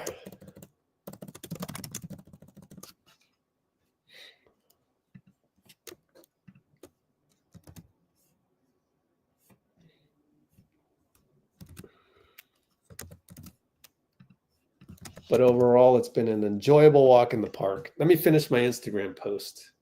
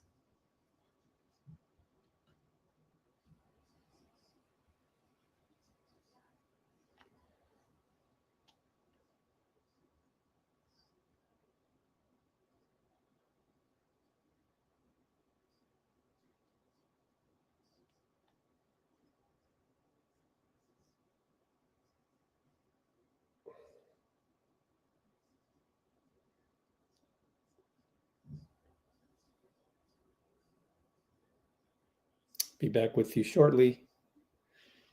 I am trying to do marketing on Instagram, and I'm not having a good day typing. So all these mistakes typing. And we're back to action. Moses up top. Bad pass to Gee. What? Turnover. Golly. Let's not lose focus here. Keldon for 3. Oh, man.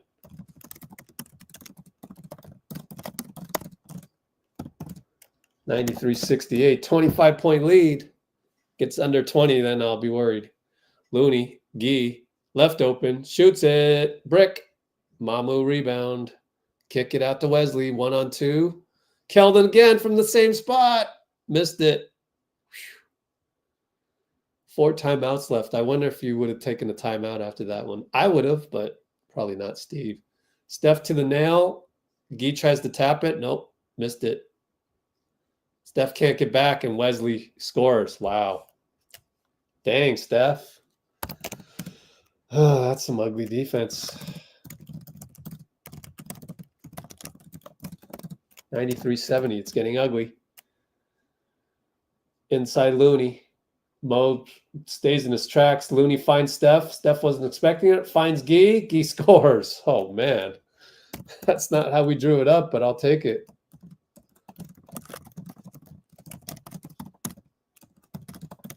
Thanks to the porous defense of San Antonio, we're back up by 25. It's kind of an unsung play by Gee. Good cut, though, you know. And then Looney bumps Vassell on the drive. Don't know why Gee wanted to dap up. I guess he's dapping up Vassell. Draymond focusing on his fingernails. Look at the concentration.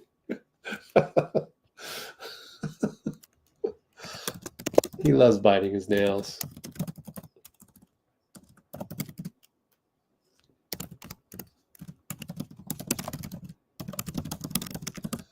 Champagne over Podz. Missed it. Good defense, Podz. Looney gets a rebound. Outlet Steph. Pulls up. Goes to Podz. Goes to Buddy. Doesn't fire. He's in the corner. He posts up and he goes by him and it just tip out. David Wesley tapped the ball out of bounds from behind.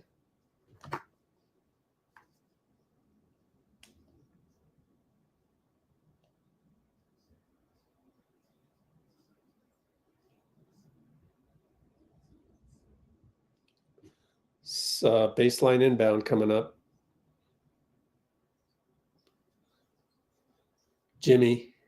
Goes to Podz. Down low, Jimmy, my fault, from Gee. Jimmy and Castle. He's got him. Spin, fade, kick it to Podz for 3. Got it. Way to go, Podz.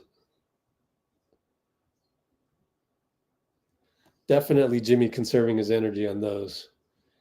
Gee gets a hand on Keldon, gets it back, shoots it, missed it. Gee another hand on it, but Looney can't track it down, and he's got to foul Wesley on the attack. Can't blame Gee on that one. He did everything he could.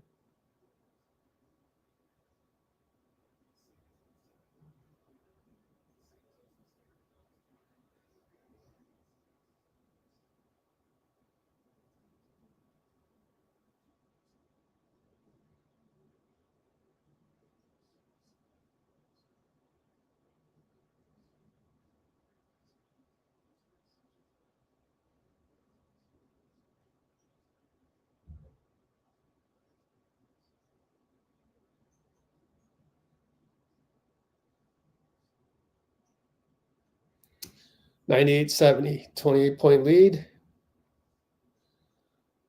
Jimmy, screened by Podz. Jimmy 1-on-1 Wesley. Gets to the nail. Out to Podz. Another 3. Got another one. Podz. 2 times from Jimmy. 101-70. Back to the comfortable 30-point lead. We love 30-point leads.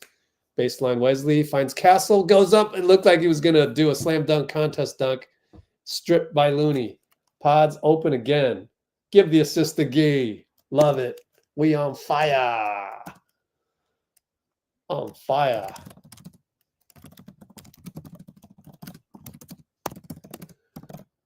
Nice Euro step by Mamu, and it's an air ball, though. Buddy with the rebound. Jimmy slowly brings it up. Time to dissect. Champagny, Looney screen, gets it. Castle, another screen by Looney. Jimmy dribbles around like Steph knows how to do, over to Buddy, and he sneaks by for a layup. Wow.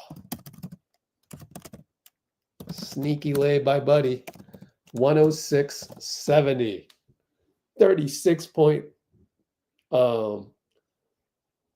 day trip in Miami Harbor. David Wesley blows a layup at the rim. Jimmy was there. Over to Pods. Nearly throws it away. Gee, back to Jimmy, back to Looney. Missed it. Smoked the layup. Looney's mad at himself. And they throw it behind Wesley. Wesley saves it to Gee. 4-on-1. 3-ball Pods. It's a pickup game. He hits it. 39-point lead. Steph loves it. Timeout. Mitch Johnson. Pods 3 on the fast break after pickup game stuff.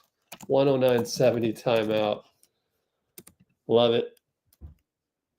109.70 Q3 only. 52 seconds left in Q3.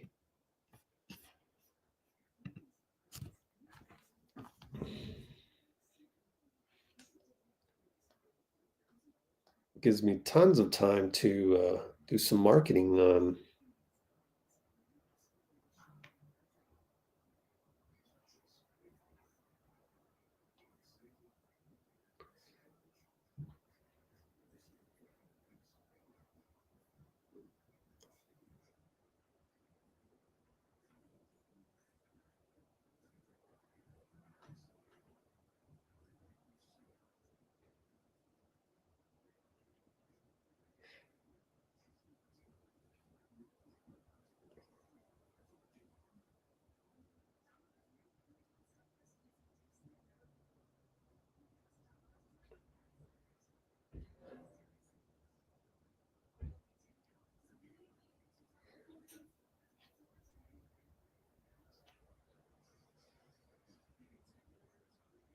oh crap.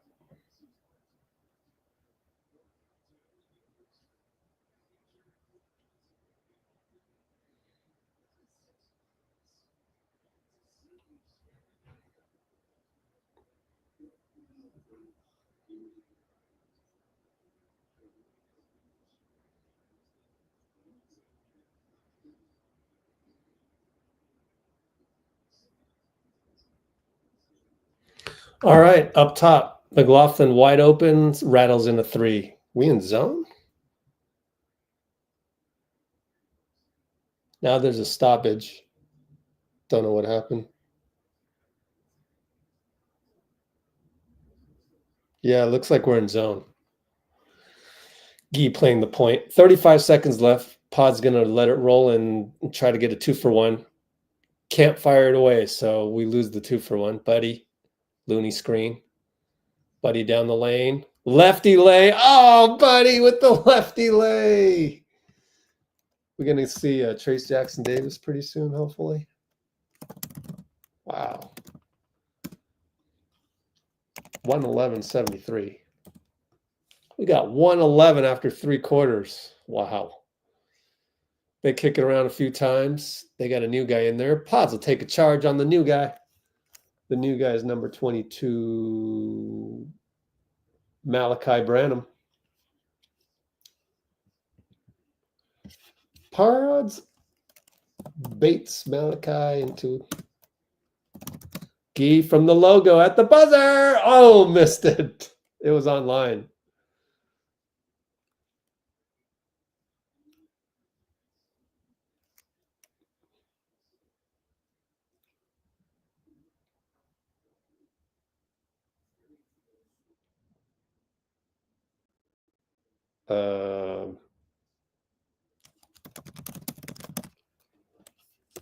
So it is now 111.73.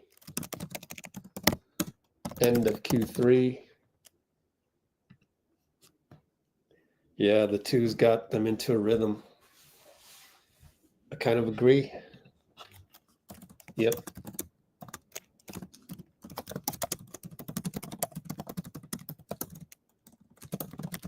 This is the right balance, even though, you know, we did miss a lot of threes last game, and I credit Willie Green for that, but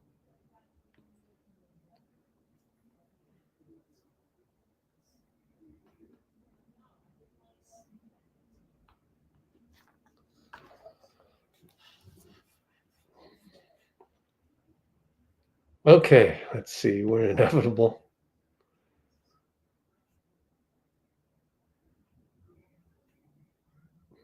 Fatherhood vets get a break. The ocean did pods good.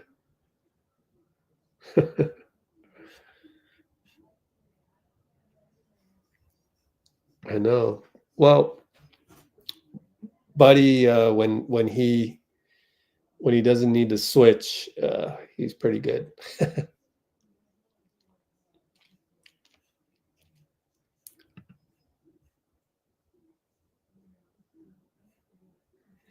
Good to hear me laugh. Yeah, good to hear everybody laughing their own way too out here. Let's get some TJD. That kid's hairstyle. Who?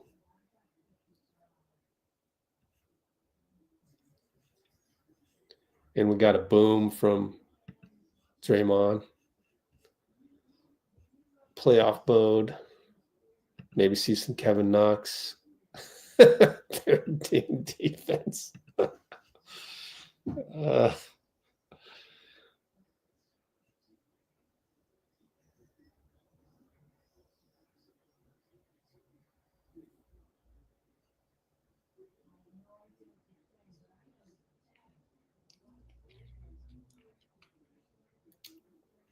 Splash the like button. Wow. Anyways, Pods gets in the lane, over to Gee, over to Quentin, fakes, and gets swatted by number 28. Who the heck is that? Charles Bassey. We're in zone. And Branham draws a foul on the drive. Oh, well. Quentin, not too good around the hoop sometimes.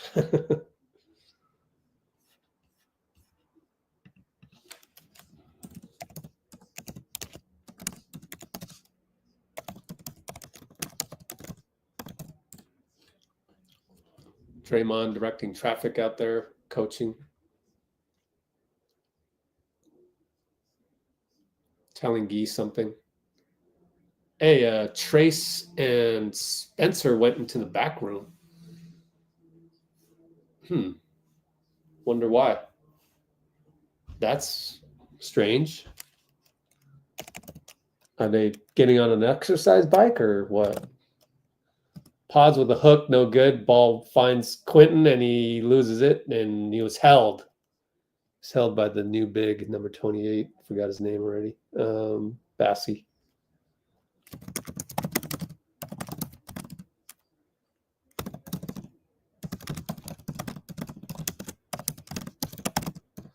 Steph is going to stay busy on the exercise bike as well.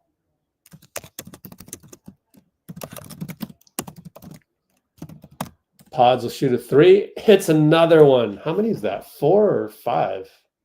Quentin post assists. 7. He's got 7 threes. Man, I didn't even realize.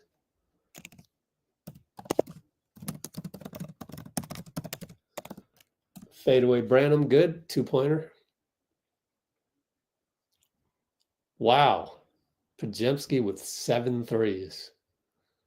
Him and Gee both do a slip cut. Still got the handoff from Gee. Gee doubled. Oh, what a pass to Knox. Smoked the layup. Good defense by Champagny.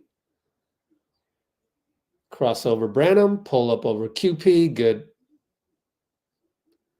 26-point lead. Is it 26 or 36? 14. I don't know how to do math. 36. Because 30 would give him 108. Yeah, 36-point lead. Would have been happy with 26. Podz goes to the line. As Quentin did a between the legs Zaza-like handoff on that one, by the way.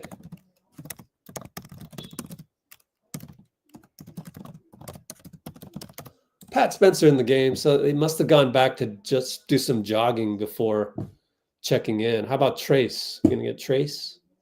Nope, Trace is still on the bench. He'll be the last one off the bench tonight. Undoubtedly. And the reason why is we want Quentin to get some more burn and, you know, maybe hit a 3 before he sits down.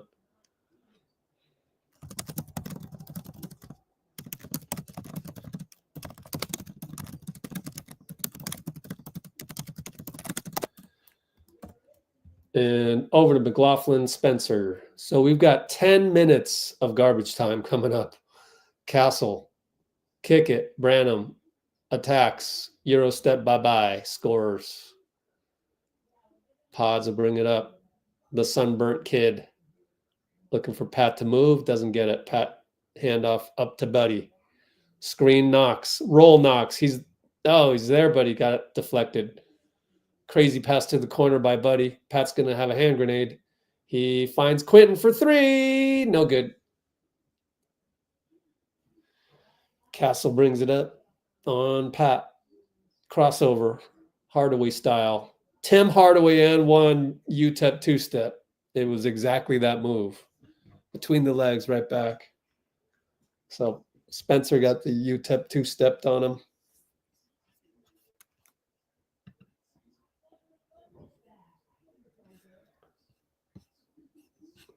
So Siobhan's just saying in Minnesota, Dante and Naz Reid picked on the rookie Ron Holland, manhandled him. JB Bickerstaff stood for his guy. Castle converts the N1. We are now up by 32. Spencer brings it up. Trace is in the game and a Quentin. Okay, never mind my theory. Who went out? Oh, it was Podz. Knox turns the corner. Lefty good. Long arms. Wingspan.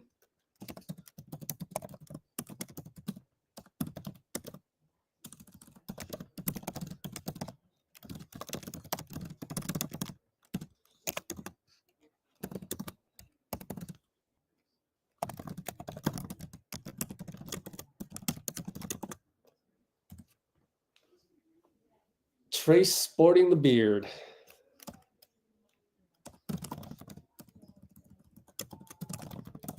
Corner, Buddy Hield. He'll fire it over McLaughlin. Splash! A late one, and you could see Looney smiling there in the corner. This is a wonderful walk in the park. We couldn't have scripted it better than this. Champagny. Trace disrupts. I don't know if there's a block there or what. I want to replay that. Trace, lead pass, Buddy. Buddy in the lane, fadeaway 2, good. Trickles in.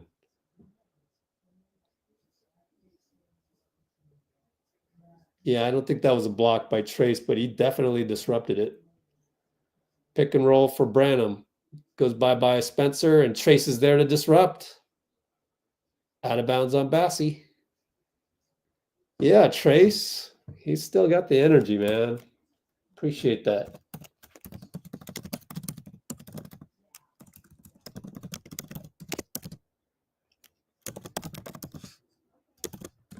Handoff to Spencer from Trace. Another screen by Trace. Roll. It's a bad screen because he pushed off. I saw it the whole way.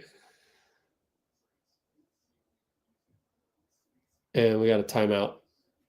Mitch Johnson, I believe, called timeout. And 122.84 with nearly 8 minutes remaining on this cakewalk of a Sunday. But we deserve it. It's been a while since we had a cakewalk like this. It's good to have, man. It's good to have.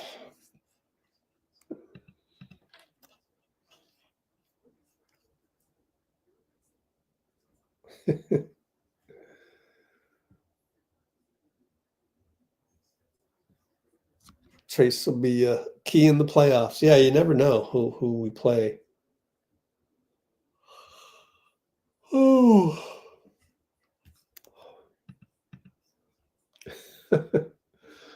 TJD forgot his razor.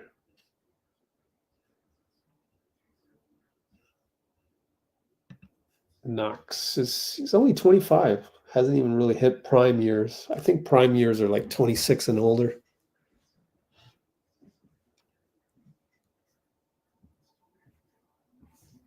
Yeah.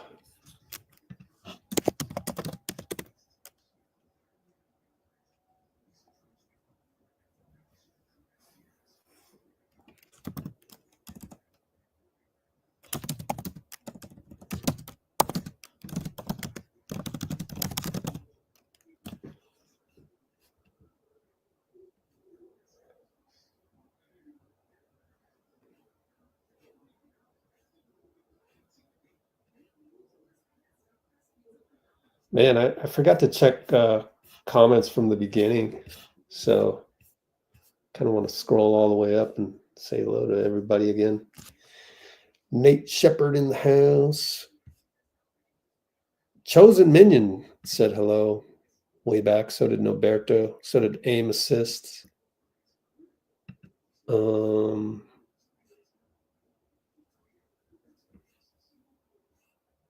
Kimbo, obviously. Smelly Mel. Smelly Mel's in the house.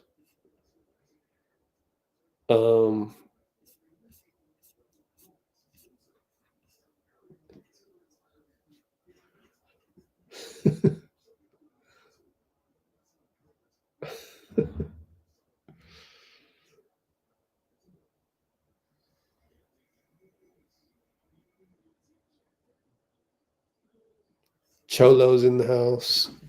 Yeah, get a little stroll in the park here. Jimmy gets to sit back and talk to the very, very sunburnt pods. 7 minutes, 40 seconds. I don't recall doing this much play-by-play. Usually I don't do play-by-play during garbage time because I give my voice a rest. Champagne over Trace. Ooh, Champagne. Laser 3 over Trace. He's got 3 threes tonight. Let's look at our stats. Pods with 27, 6 and 5. Oh, Trace blocked at the rim. Stays with it. Mamu had no chance because Trace is more athletic than Mamu. Just pogo sticked the putback. Let's look at some other numbers. Jimmy Butler, 8 assists. Jimmy Butler, 8 assists, but 4 turnovers, but 4 steals. Champagne just dunked it down the lane. Moses with 20 on 7 of 11 shooting. Wow, 3 for 6, which means he was 4 for 5 on 2-pointers. Quentin Post down the lane. Kick it 2 times. Buddy, no good. Trace rebound. Reload for Pat. Good. Thank you, Trace. Good to have you, Trace. Give him an assist. And Pat gets a 3. Hey, where's his 3? It's not on here. 122. Hey, the box score froze. What do I got to do? Refresh? There it is. That's funny. Huh. It's supposed to update by itself. Anyway, kick it to Pat. Drives, lefty scoop, good. The walk in the park continues. 37-point lead. Let's do some scoreboard watching. What do we got here? We got hey, look at Atlanta's beating Milwaukee. Of course, they don't have Lillard anymore. Best wishes, Damian Lillard, to resolve that blood clot. Minnesota's only up by 3. Come on, Detroit. Phoenix and Houston later on. That one's kind of no consequence to us. unless we want Houston to be third. They're currently second, so maybe we'd want them to lose if we're going to grab the 6th spot. Yeah, I can root for the Rockets to lose any given day. Cleveland took care of business against the Clips, so that's great.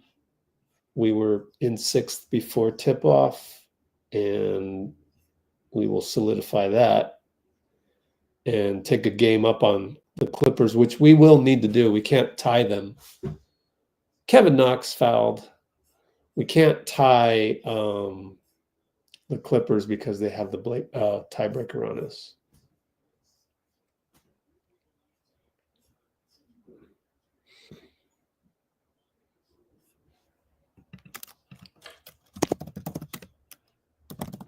Whoops. Yep. Cello. JK. Yep.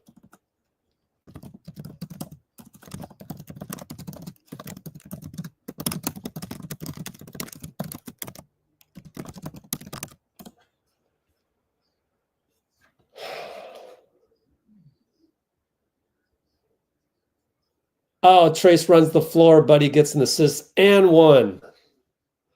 Fun to see the, obviously I'm not really doing play-by-play anymore. 40-point lead, possibly 41.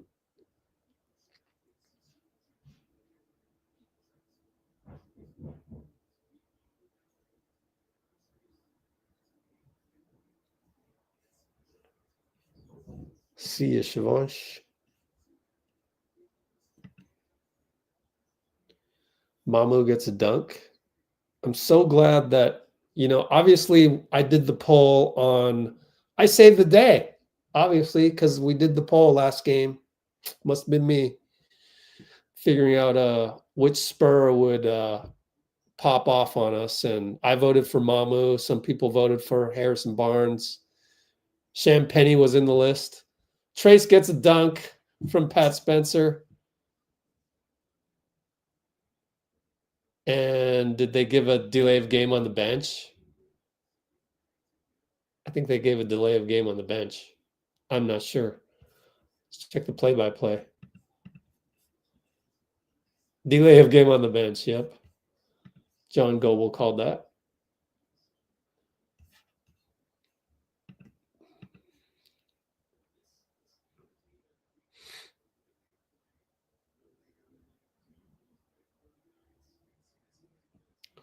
Clippers got the Magic tomorrow. Kawhi did not play. Ooh. Did we get another dunk? Someone just got a dunk, and it's a timeout. Or a 3, maybe? Maybe, Buddy. Sorry, missed it. But I'm watching the replay on my laptop, so I'll let you know real soon. Oh, it was a 3 by Buddy. They cut in. It's a 3. We're up by 43.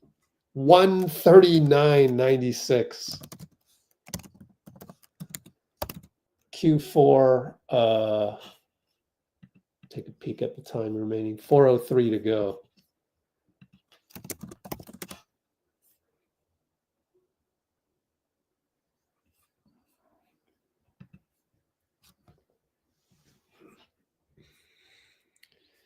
Okay, well, not much to talk about left. So let's go and find something on Discord. I'm going to need some popcorn pretty soon. Warriors feed.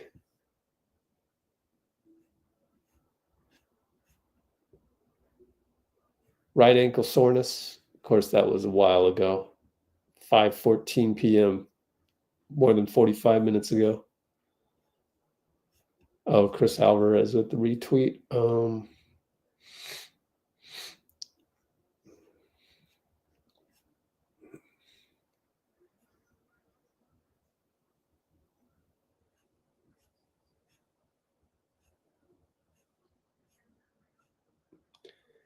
Yeah, not much going on there. In fact, since there's not much, let's just check the NBA feed. And I've got like 10 more people to add to this over the course of the last month. So Discord's getting better, and sooner or later, I will make it publicly available. We're just I need to spend a whole day on it. And, you know, it's tough, man. We got tax deadlines coming up, April 15th. You know,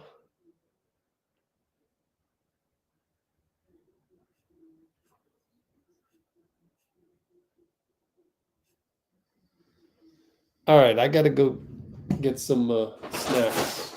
Oh, here we go. Cool. Found them. I'm starving. Why am I starving? Oh, ate lunch at like 2 o'clock. 4 hours later, huh? Yeah, no freakouts in the comments.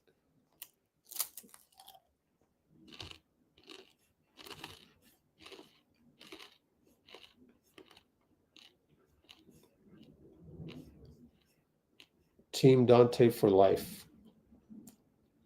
There's Stewart attacking Dante. They've got a lot of tape to look at in Secaucus. Let's go back to the game. Oh, we got another steal. See from the corner of my eye. Trace Jackson Davis. Alley-oop dunk from Gee. 45-point lead.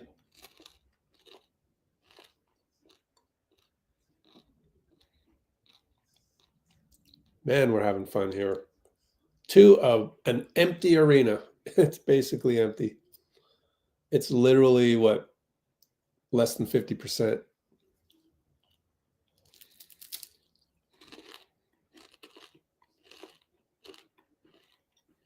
Ooh.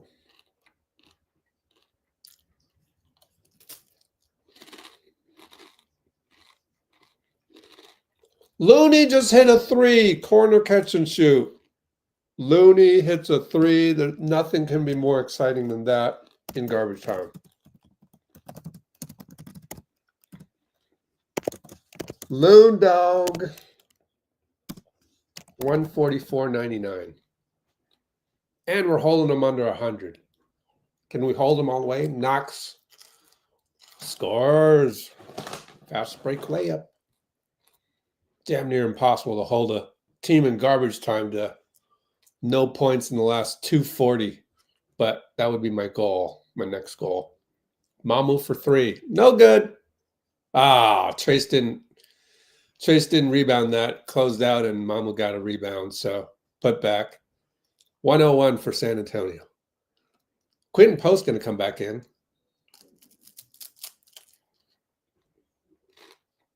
Give Looney flowers, or what's up with that sub?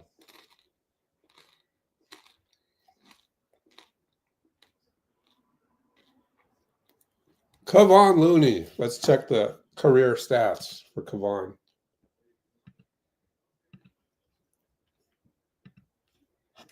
BKRef.com. Looney. Who's he subbing for? Looney? Looney comes out and Jerry Stackhouse. We saw a smile from Jerry Stackhouse. Moody gives him a love tap. I love it. There's nothing more enjoyable than a Sunday afternoon walk in the park in San Antonio, man. Jerry Stackhouse, all smiles. You never see that.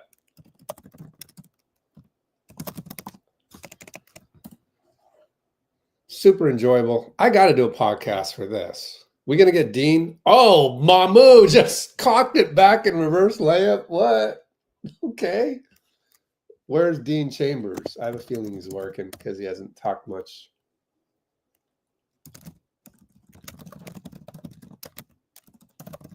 I think he's working. Gee gets in the lane. Ah, fadeaway banker, no good. Too much finesse on that one. Oh, he's here. Okay. Send you the link. Quentin's going to post up Mamu. Come on, Quentin. Take him. Got like 5 inches on the dude. Oh, okay. You want to shoot a 3. Ah, short. Yeah, how tall is Mamu? Just look that up. I don't even know. What's his last name? Up, Knox got a steal. Highlight time. Simple dunk. Sandro Mamukelishvili. He is 6'11", and so Quentin's 7'2", or what? 7'0"? Really? He's only got an inch? I don't know. He looks way taller.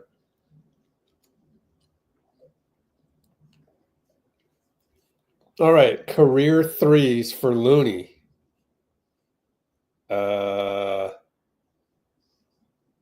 He made one in 2016, 2020, and 2021. Fourth career three-pointer, I believe. No, he's got more than that. Wow, he hit 4 of them in 2021. First one in 5 years. 4 years. Wow.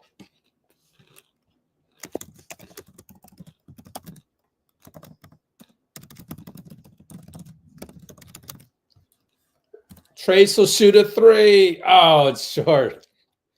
Wow. He found him with 5 seconds left now. Too bad. That would have just brought the Warriors' house down.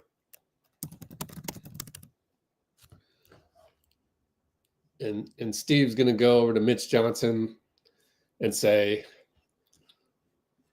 always self-effacing type deal. So anyways, let's send Dean the link.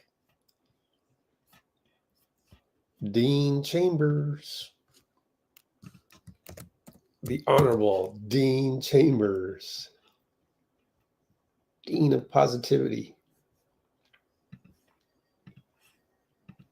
There you go. We'll cue this up for post-game. I guess I should also cue it up for Instagram. I totally forgot. Oh, well. I'm terrible at social media. Go Pistons. Wow. Flag to the Hornets would be better. Yeah, please. But Spurs could get them for sure, yeah.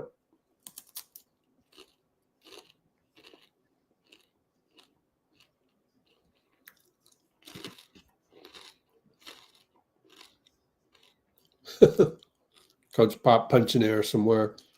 Podz is on the on court. Stress free. All right, here's Podz.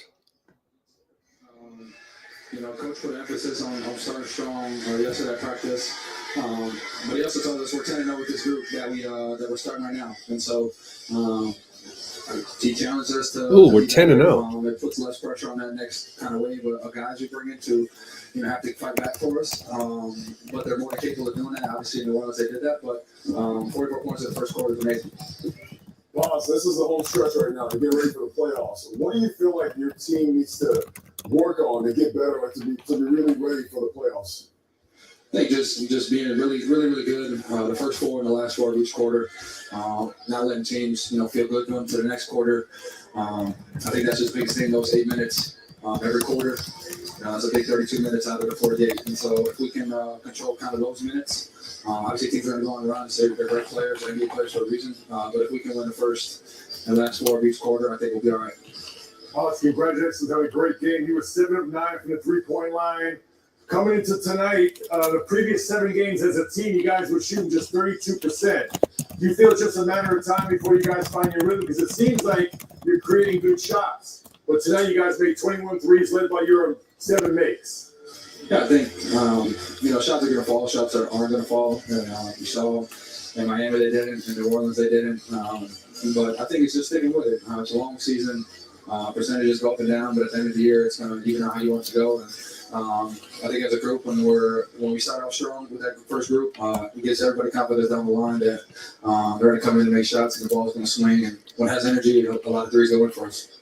Before we let you go, I see you left Miami with a little bit of a memento souvenir. As I'm looking at you on the screen right now, you want to talk to me a little bit about that?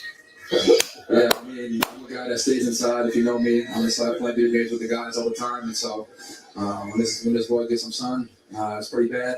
Obviously, you see it on my face right now, but had a great time in Miami on the boat with the teammates. So we had a blast on there, and thankful we got the win. SPF 70. Yeah, SPF 70. I don't know what I put on, but I put on so much of it, and I still got cooked. So I don't know what it is. Podz, don't jump off the fence. He's too jealous. He wasn't in Miami for 5 days. Podz, we'll see you Tuesday night in Memphis. Congratulations on a great night. Hilarious. Awesome night for him. 27 points. Podz said he put on. No, you can't put on sunscreen and not get Chris Mullen with the SPF 70. Hilarious. Love it. I'm glad Fezzi went there. Someone's got to ask.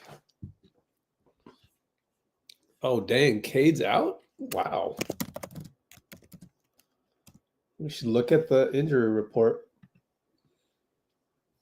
Here it is. Refresh. What's up with Cade, man? Well, let's go, I don't know, 9:30 a.m. Oh, let's see. Where's Detroit? Doubtful left calf contusion. Dang. Amy with the woof woof. Okay.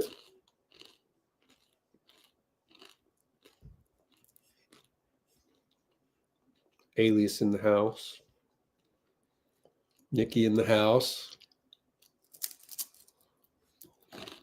Nikki, you had one job. Just kidding.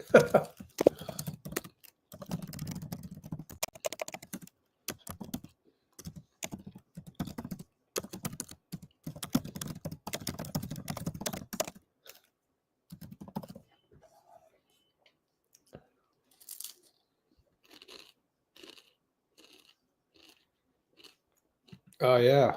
True. Himbo. Pimp juice in the house. Smelly Mel's. While we're on that topic, I should do a Google on that. I swear to you, there's a Smelly Mel's. Smelly Mel's Plumbing. There it is. San Francisco. Smelly Mel's Plumbing. There you go, Melly. That's why I call you Smelly Mel's every single time. I've literally seen that truck on the streets of San Francisco.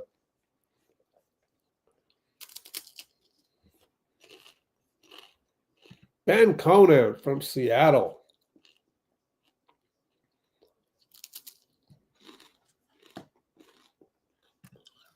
Been wondering where you've been at.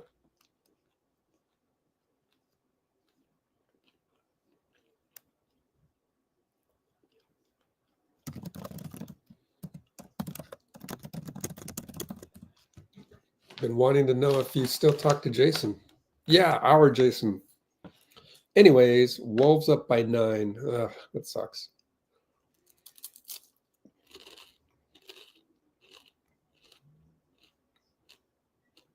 Oh, so Dante. Okay. Wow. I don't even know what happened.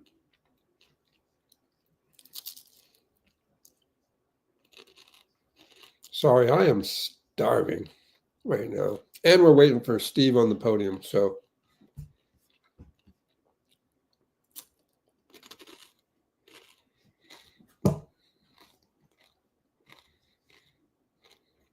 They just showed the replay of Jimmy to Moses. Jimmy spun around and knew Moses was going to be there. That was a sweet pass.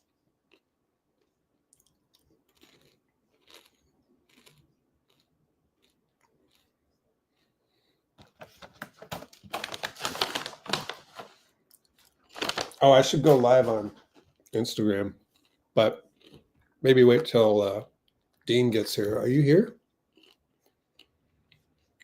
And I'm going to delete a couple of these. They changed StreamYard to have a whole bunch of things on the bottom there. And oh, I only got 50%. Charge this until Steve goes on the podium. Ah, good to have a little walk in the park there. Love it, love it.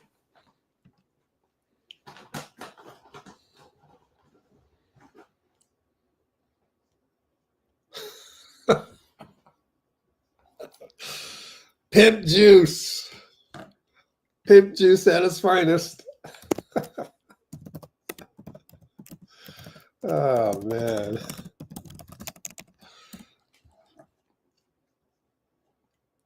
Oh, cool. Building Lego? What? Wow.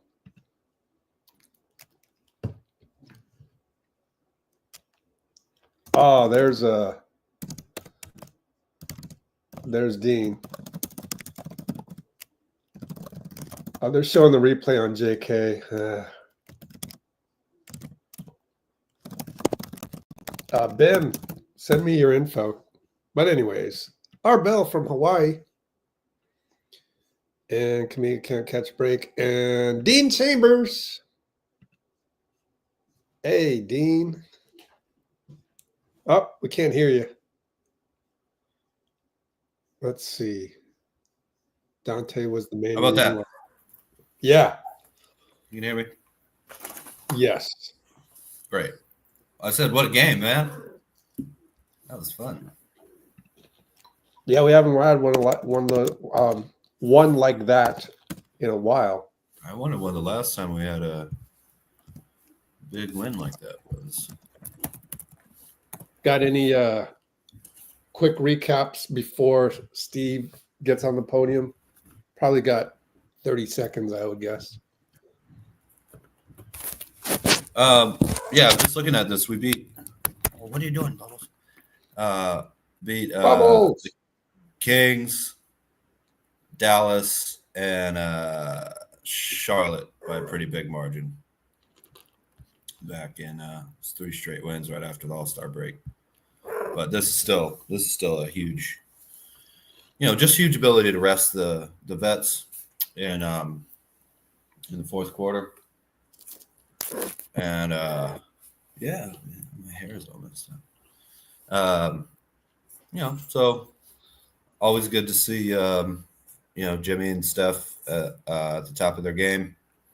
And really too bad about JK. Okay. Yep. She's crazy. Yeah. Bubbles seeking that attention. She knows when you go live. Yeah. I want to be on. Okay. She's a Warriors fan now, as long as they keep winning. The lone in corner 3, man, that made my week. And someone just started too. Yeah. Great. Oh yeah, I mean, just everybody play. BP played great. Buddy must have had at least 3 steals. That was awesome. Actually, yeah, let's look it up. I think I might have it right here. Okay. Shit. Buddy. Yeah, he had 3 of them. 4 assists, no turnovers. Wow, what's been Plus his 30. steals? I feel like he's been stealing a lot lately. He had a plus 30, plus minus 19 points. Awesome game for Buddy. Mm-hmm. Hit some 2s as well. That's 5 2-pointers he made. Also, of course, the timeout. Okay, Buddy. The Shavano. Yeah, we're back in 6th. The Clippers lost today, and they're in 8th now. What? Isn't that wild? The Minnesota suspensions that might help. Here we go. Separation. Yeah, look, he's gotten a steal in every game except 1, but then 3 today. So that means he's averaging 1 steal a game for the last 6 games. Yeah. Over is 7, right? 7 steals over 6 games. Yeah. Yeah, that's great. I mean, I know steals aren't everything. Oh, hello. I know steals aren't everything, but they're not just nothing. Causing a disruption on the defensive end is always going to be super important, because we know his ability to be streaky in a good way. We know that can always happen. But being able to be confident in Hield on the defensive end is really important. You know, also with the assists too. I like Buddy being able to set the guys up for shots too. Career 0.9 steals a game. That's not bad. Yeah. What's Steph at? 1.5? Yeah, it's got to be somewhere, right? Steph, early on in his career, was getting steals like crazy, man. 1.5. 1.5, yeah. Can't quite see it on the screen, but there you go. Yeah. Actually dipped a little bit, and then now he's back to over 1. That's interesting how it dipped to 0.7. I don't know whether to read into that or not, but well, I mean, he's gotten over a steal a game nearly his entire career.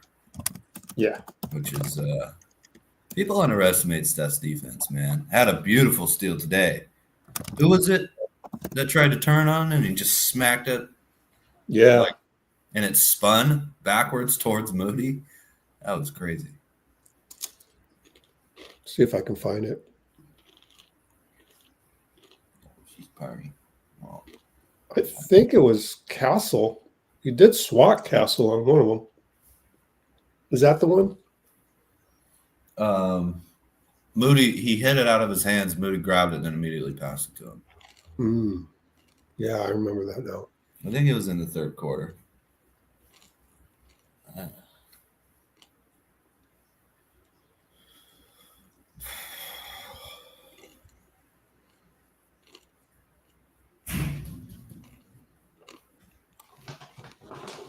Yeah.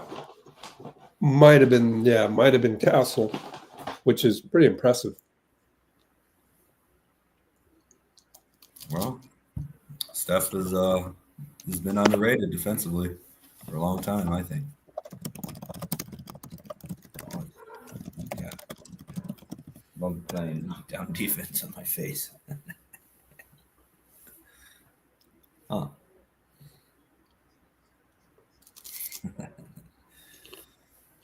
Hopping off the bus. Cool. All right, Cholo.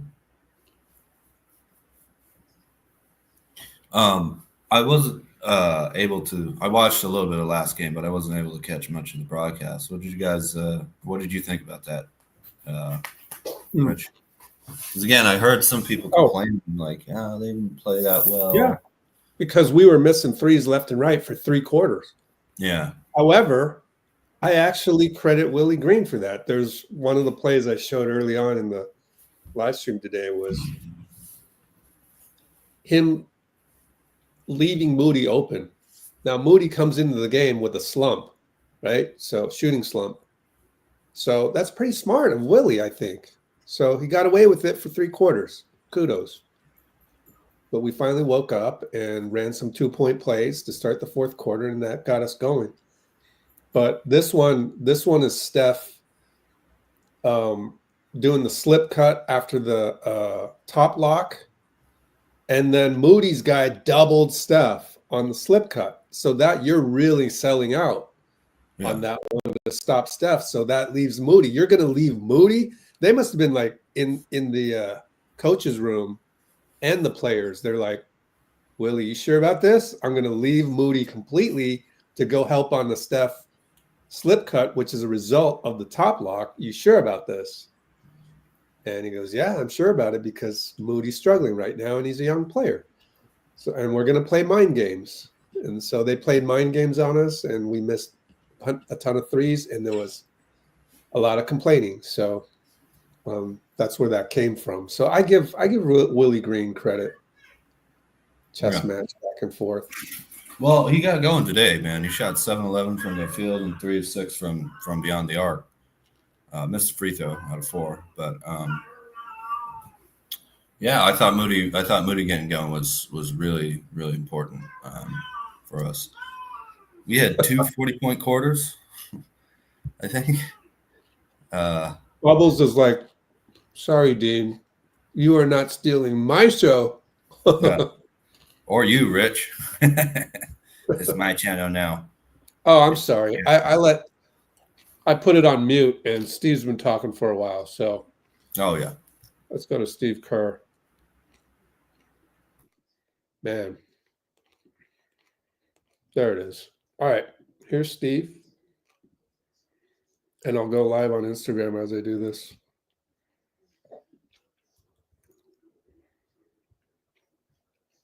Wait, did I mute the?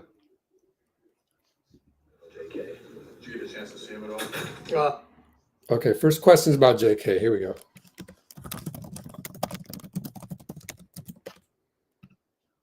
JK, did you get a chance to see him at all? Yeah, I saw him at halftime and checked in on him. Such a bummer, just coming back, finds rhythm, playing well. So hopefully it's nothing too serious. What did you like the most about the performance? I like the start of the game. We've been talking about getting off to better starts, and we got off to a great start. The offense was pretty crisp, and guys did a good job defensively. They missed some shots early that it's kind of the nature of the modern NBA game.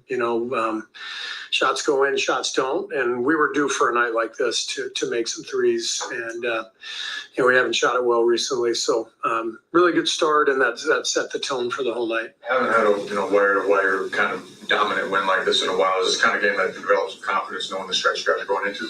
Yeah, and everybody feels good, and you get a night where nobody plays more than 25, 26 minutes. That's very helpful. Big game coming against Memphis, so we'll be well rested and in rhythm for that. And so big stretch coming. Did you watch any of the Lakers Memphis last night? I did not. Just given that, like you said, big stretch, but all these games are meaningful. But games where you're playing teams directly in front of you, how consequential are those at this time of year?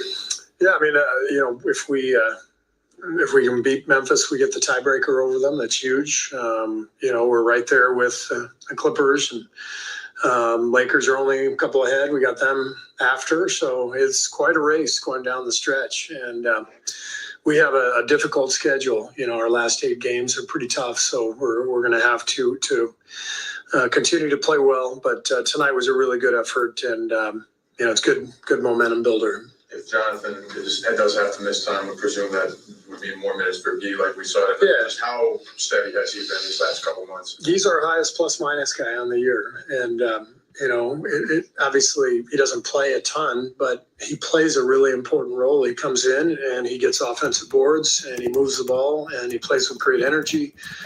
He's a difference maker, and so I feel great about playing Guy if he has to play more with JK's absence, and he'll be ready to go. Games like this can offer opportunities for your bench. What did you see from your bench tonight that impressed you? Just a lot of solid play, a lot of good connection. Nobody, really had a monster game. Buddy had a big second half, but it was more just the overall team effort. 42 assists, 13 turnovers. Those are great numbers, and that's just everybody coming in off the bench and playing solidly.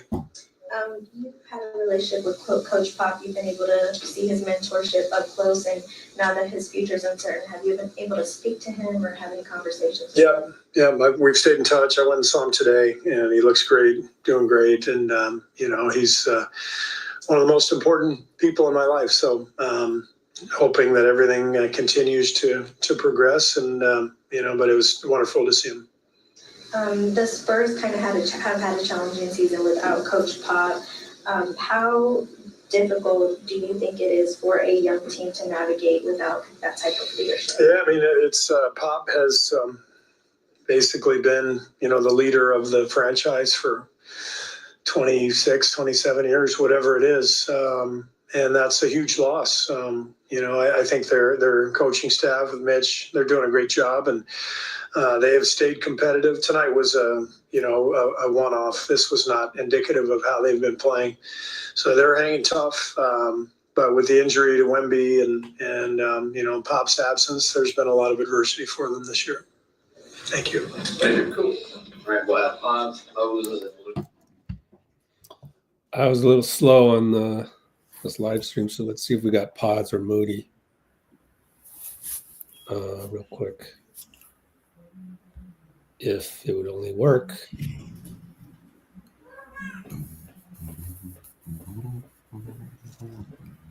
Nope.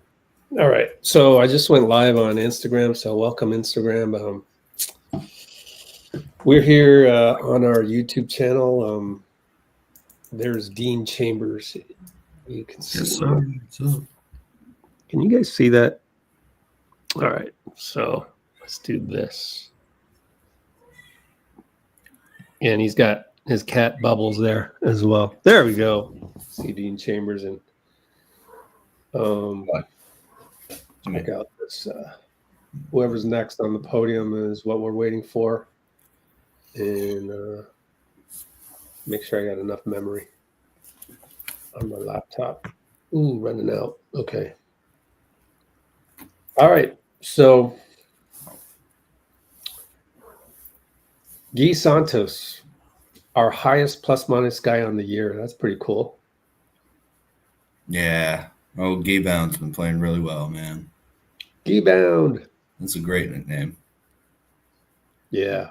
Who came up with that? Was that Cholo or Kimbo? One or the other. Or I don't Siobhan? know. Is it Kimber? Oh.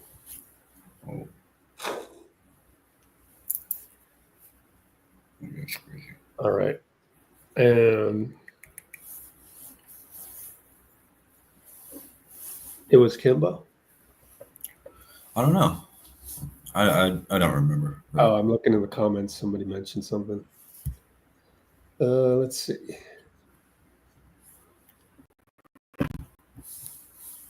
Kuminga is due for evaluation Monday. Let's take a look at the Discord. Says Sam Gordon, which is what Raymond Ritter told him, probably off camera there. But yeah, due for evaluation Monday, which is tomorrow. Oh, right. Yeah. I think people are going to say, oh, played much better without Kuminga and whatever. Like, Kuminga was playing well this game, Oh, yeah. I don't know what the team has had to adjust to having over. Sorry? I really don't get that. I don't get the whole angst over JK. It's first of all, the market's going to determine his contract.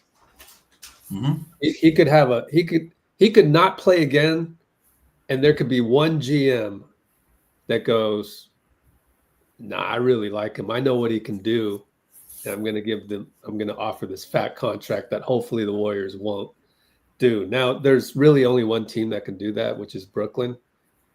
Everybody else seems to, from what I read now, to actually go through the math and look at all 30 salary cap sheets to make sure of that, still need to do that. But for the most part, even if there's only one, even if it's only the Brooklyn Nets that could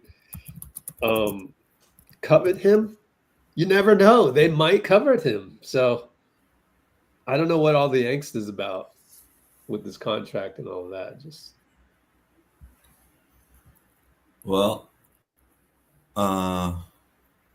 Yeah, right now, Spot Track, Brooklyn has about $91.8 million in projected practical cap space for next season. And then next is Detroit, I think, as you were saying, 24.6. So, yeah, which seems kind of low for JK to only get, that amount of space. and again, we can match any contract because he's a restricted free agent. So we shall see. Atlanta beat Milwaukee 145-124. Goodness gracious. Well, March Madness, even the NBA players are playing like they're in college. What happened? I said that even the NBA players are playing like they're in college. It's either blowouts or like clutch half-court buzzer beaters or wild games here in March. Well, I mean, it's fun. I enjoy it.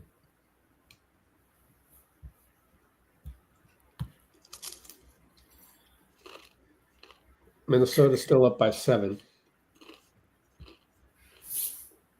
Oh, they're still playing. Wow. Didn't know that. Yeah, wow. 145. So the Timberwolves have the Nuggets, Nets, Sixers, Bucks, Grizzlies, Nets, and Jazz coming up.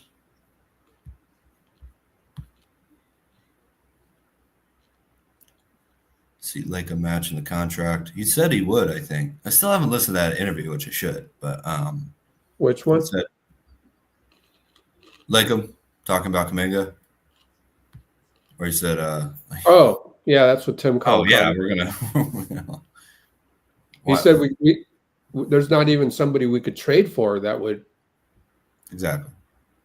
You know, so if there's no available guy through trade and you have a guy, that's why he likes the guy. Yeah.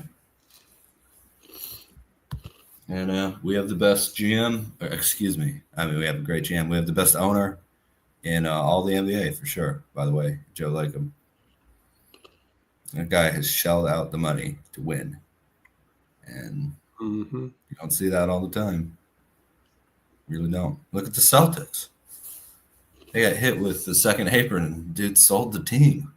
I know his dad was 90 and, you know, all that stuff. And he might still be the governor for 3 years and everything. But Lakem, man, if it helps us win, he's always there. It's amazing. Oh, thank you, Ryan. Spurs fan. Said good game. Hope y'all make it in. I hope your players come back nice and healthy, man. Blood clot stuff. My mom had to deal with that. Deep vein thrombosis. Yeah. Dang. It's terrible, terrible stuff. But he's young, you know. Oh, wait, hold on. We've got 2 NBA players with blood clots right now, right? Yeah. Yeah. Damian Lillard in the Dude, calf. that is so scary. I don't know a thing about that. What the heck can cause a world-class elite athlete to have that? Any idea? Well, I have no idea. You know, I'm not a doctor or anything like that. My guess is, though, that the strain that these guys go through, especially legs and shoulders, it's a lot of constricting blood vessels. Just thinking about that, it reminds me, I saw a thing on Instagram where Kevin Garnett was talking about that. And what he said was it's the painkillers that we're taking that leads to domino effect. I don't know that there's a line you can draw A to B like that, but I don't even know what painkillers are allowed to take, you know? Yeah. I mean, they can't take like opiates or something, you know, obviously. So, yeah, I don't know. But I mean, again, we're not doctors. We're not trying to diagnose why or how that happened or anything. Just, gosh, man, I hope those guys are okay. Literally, I'd forgotten that Wemby is out because of that. You know, obviously, yeah. Dame's from Oakland, so anytime something happens to Dame, I'm going to remember that for sure. But man, 2 of them. Oh, Bonte talking about Steph retiring if he wins his 5th. What? He's going to defend his ring. At When least. was this? I think it's on right now. He's mentioned it before. On though. where? On or it was on NBC. Like win a title and just cold turkey retire? Is that the hot take? Is that the clickbait or what's the clickbait? I think so, yeah. There has to be more context to that. I mean, I know he's got to do a radio show and whatnot, or he did have to. Some guys do that, particularly Russell and Jordan. Can't help it. But they both had like a last dance sort of thing going on before the season. You know what I mean? I think Jordan's contract was up. Actually, everybody's contract was up because that was the lockout season the next year, right? Or not everybody's, but like generally, yeah. On the Bulls. So, all right, we got Looney at the podium, so I prefer going to Looney on that. Let's go to Looney. Yes, sir. Next up, right here,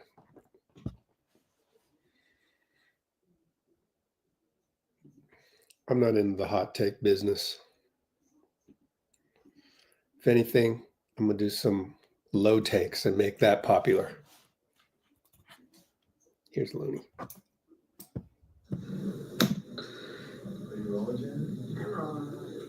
Talk to me about that three. Oh. It's been about time I got one up. Steve finally drew a play for me, so I had to shoot it. Yeah, he drew it up for me, so he asked me, did I want one? I said, yeah, so I got one. I would feel to see the bench reacts. I ain't gonna see it yet. I ain't want to look. I want to act like I've been there before, so. But it was fun to get a good shoot. I mean, I worked hard enough on it all summer, man. I was planning on shooting more this year, but you know how the game goes. But I was finally able to get one up. I made it, so that's all that matters. What did you like most about this performance? There's two ways. That we had a game plan. We stuck to it. We was able to execute. Start the game off. We started off 1 through 5. It's not our normal defense. We was able to, you know, have the game plan, go out there, execute, and do it for a whole 48 minutes. So, you know, we got to keep building on that. Keep building the momentum. We got a good rhythm out there.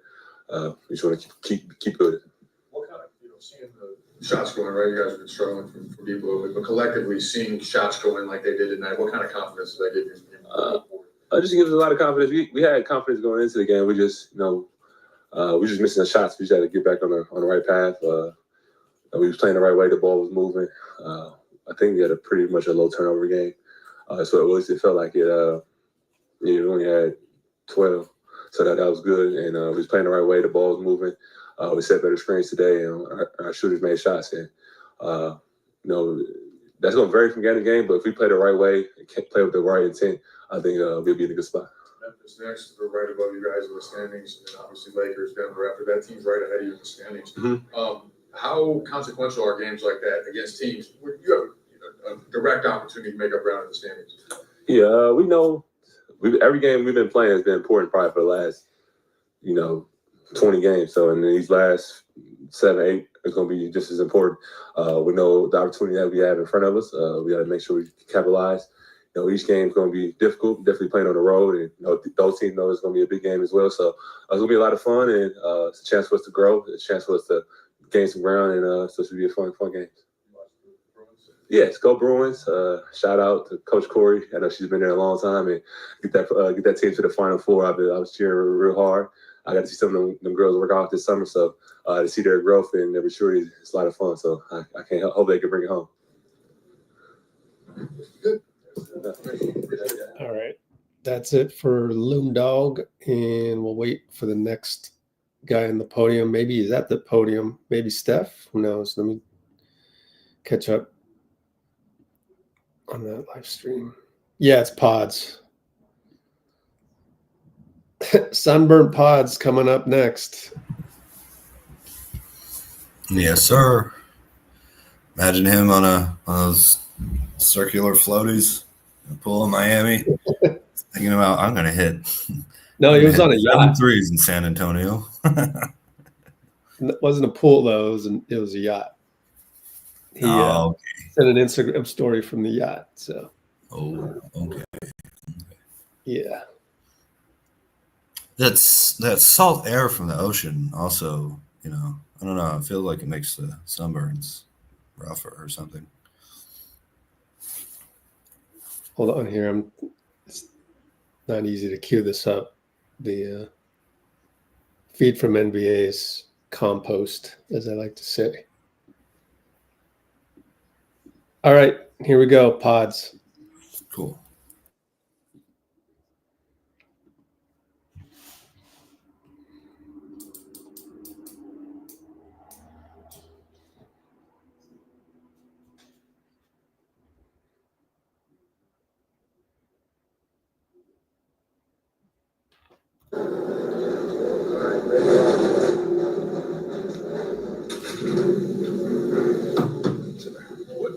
Quick start tonight after a few slow starts. What did you like the most about the way you guys came out? I think we're just conscientious of our start. Coach challenged us yesterday. Practice to get off to a good start, and it helps that kind of second wave of guys ease into the game and not feel like they have to fight back for us. But he said he was going to stick with the lineup just because we're 10-0 or now 11-0 with this group that we're starting. So just emphasis on moving the ball, getting easy early shots, and then, playing good defense and just kind of putting the two things together. Regarding putting defense and offense together, forcing a lot of turnovers in the first quarter. How did that pace open up offense for you guys? Yeah, I think defensively, we understand how good of a ball screen player Chris is and how much better Stefan's getting in the ball screen. And so by us switching just 1 through 5, we tried to make them play a little bit more stagnant and have to beat us one-on-one. And I think to start the game, we did a really good job of keeping our man in front. And so that led up to runouts, a couple easy ones for Jimmy early. And so I think, like you said, we put both together. How good that third quarter feel for you? Yeah, I mean, shots went in, which is nice. But I think it was, collective effort. We shot 48% tonight after, 2 bad shooting nights in a row in New Orleans and Miami. So it had to come around at some point, and tonight was the night.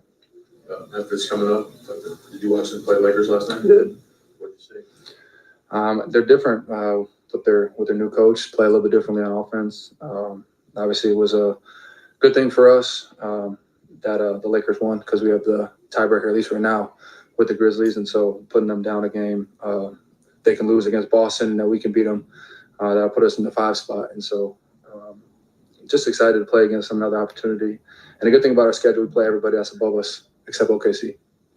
How was it seeing Bloom knock down the 3? It's amazing. We've been joking with him all year to shoot the 3. And so to see him work on it when he plays 3-on-3 with the Stay Ready group and for him to knock that down was pretty cool. Cool. Thank you. We'll have Moody in here shortly. Moses to the podium next. And Dean Champ. Oh, Dean's not here yet, but those of you on Instagram. Oh, I'm here, Richard. Oh, there you are. Make sure that people can see us. Oh, cool. Yeah. So we're engaging with our audience on YouTube here. Yes, sir. Let's see. Best audience on YouTube, actually. Yeah. Or anywhere. That's right. You got it. Other than Chase Center. Or opposing arenas, this at least when Steph plays. Yeah, it's amazing, man. Yeah, QP 1 for 6. Everybody else hitting.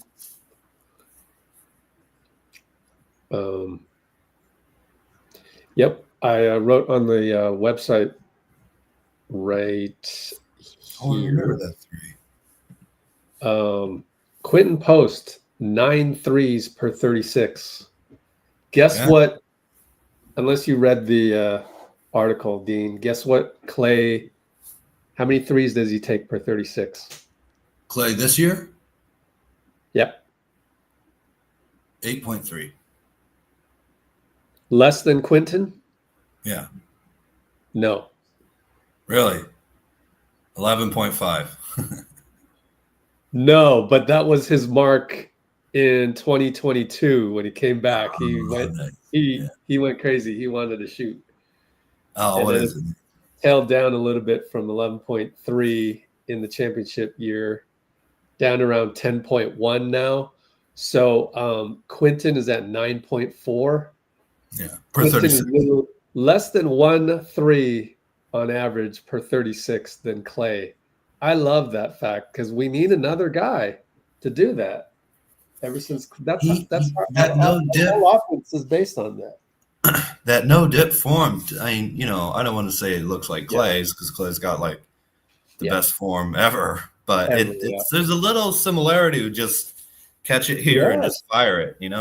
I like the dip too. I do like the dip, like Ray Allen. He did a couple of those today, but when he can shoot it off. When he can shoot off quickly like that, without, especially as a big man, without putting it at risk of getting the guards able to swipe at it, that's and you're hitting them, of course. That's a big deal, especially for 50. Was it 51st pick, something like that? 52nd. Yep. 52nd. Yeah, that's right. Had to look it up today, but 52nd pick. You're getting a 52nd pick to shoot volume threes. And he's a and legit going in simp. at 40%. Oh man, that's brilliant. That's absolutely brilliant. The Burnt Brothers. Brothers. Pod, QP, and Gee with we detected a little sunburn there. But yeah, that was funny. But yeah, Quentin having the no dip shot. Wow, man. I mean, this is a rookie year. Yeah. Oh, you know what's crazy? I was looking at the Clay numbers. Mm-hmm. It doesn't start popping off until the modern era, which is 2022, basically. Because before that, he's 8 threes per 36, right? Steph leads the league. People don't realize Clay hit a lot of shots in the mid range during the dynasty run. He was taking a lot of 2-pointers. Yeah. Steph is still leading the league at 12 per 36. Oh yeah. And there's a whole slew of other guys, which are no longer surprises, but would have been a surprise, say, when they were drafted, for example. Donovan Mitchell, Anthony Edwards, they're all in the top 20 ahead of Quentin, which is kind of nuts. But still behind Donovan Steph. Mitchell broke Steph's record for most threes for a rookie. Wow. Yeah. Back in 2018 when he was with the Jazz. Yeah. Wow. Yeah. Yeah, it's crazy. Eliminated the Thunder too that year. It's wild stuff. Yeah. We had QP coming off screens this game. Moody setting the picks. Yeah, that's he really moves pretty well for a 7-footer, man. He really does. He's not that quick, but he's very well enough, smooth, very fluid, doesn't look out of balance or anything like that. Which some really tall guys have a higher center of gravity, but he seems to have a good low center of gravity and everything. Oh, Keegan Murray broke it. Yeah, right. Yeah. Makes sense. Gotcha. But yeah, you know, he was a 5-year college player, and I can't believe we got TJD and QP as centers, being seniors or 5-year seniors with the transfer portal. Obviously, they're allowed to play another year. In the second round, in the 50-something pick, and you know, who else did we get? Who else did we get 50-something? And it might have been Bob Myers, not sure, but was there another guy we got 50-something other than TJD? Yeah. Justinian Jessup? I don't know. Right. Forgot about him. Yeah. Maybe not then. Kirk Lacob was on 95.7 a couple days ago. Actually, a really good one, because he said that Quentin Post had some, and this is so eye-rolly Silicon Valley speak, he had some KPIs, you know, that we wanted him to reach in G League before we brought him up. So there are these KPIs. He called the development. It was Gee. Thank you. Yeah. Right. Yeah. What was he? Forgot about that. Sorry. What number? 55, I think. Okay. Yeah. So 52 for Quentin, 55 for Gee, 57 for Trace. Right. Trace. Where is he? He's not. Did we trade for Trace?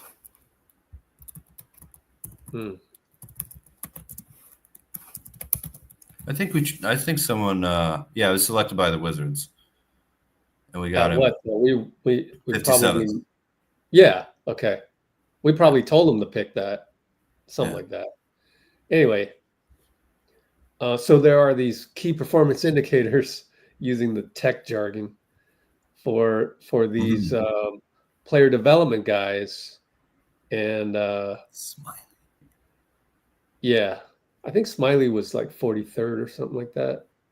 But anyway, so I wonder what the KPIs are for Taron Armstrong. Who knows? But I just, Do you know that Armstrong or Taryn had a between the legs pass for a 3-pointer in the corner from under the basket? That happened 2 nights ago. I And heard. I'm sitting here going, we got to get him and Steph on the same court ASAP. Like, he needs to be in training camp in September, no doubt. Oh, it's for the NBL. Oh, I didn't realize that. Is that it? No, G League. Santa Cruz. Okay. I He looked did that up in the G League. Oh, yeah. It's on our Discord, actually. I'll try and look for it there. Yeah, go to. He's Australian, though, huh? We can play it, actually, but no, we can't because it's a tweet. It'll have a tweet link in it. But yeah, like this guy does some crazy things. So I wonder what his KPIs are, because for the player development process, Kirk Lacob called it like Switzerland. They're like, they stay neutral. Like there's no like, we're not going to hurry a guy. Just a guy needs to show us these things and we'll send them up to the big squad. Although I would imagine that there's got to be some moving targets, depending. But yeah, pretty cool to hear about that from Kirk Lacob. And let's take a look at hopefully an updated standings. Let me keep an eye on Discord to see if there's any movement on breaking news of some sort. Nope, just loony. Let's see. Yep, not much happening. Oh, Sam Gordon just asked Kuminga. Kuminga said he's quote unquote straight. I asked him if he thinks he'll miss time. I hope not. So, yay! Let me show you that on the Discord. That's a tweet from Sam Gordon just now. There you go. It's right here. So, okay, J.K. was still around, and I guess he'd have to be.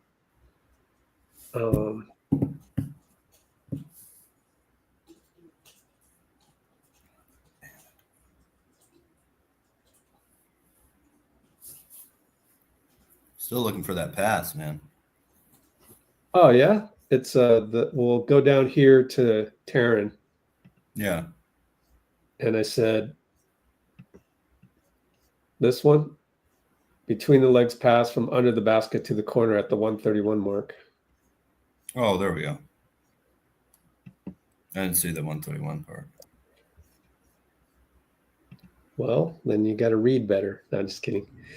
I'm multitasking here, Rich, man. Come on.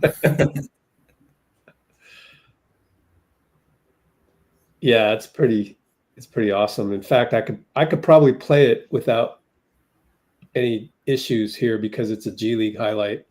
I've never experienced a copyright issue with G League highlights, which makes me think I should probably do a Taryn Armstrong thing. But let's take a look at that. Nice. Yeah, it's pretty awesome, isn't it? Well, you know, fancy passes are cool, but when you set someone up by completely faking out the defense and that guy knows that it was coming to him. Yeah. So here you guys go. Here it is. Oh, Fast yeah. forward to 131.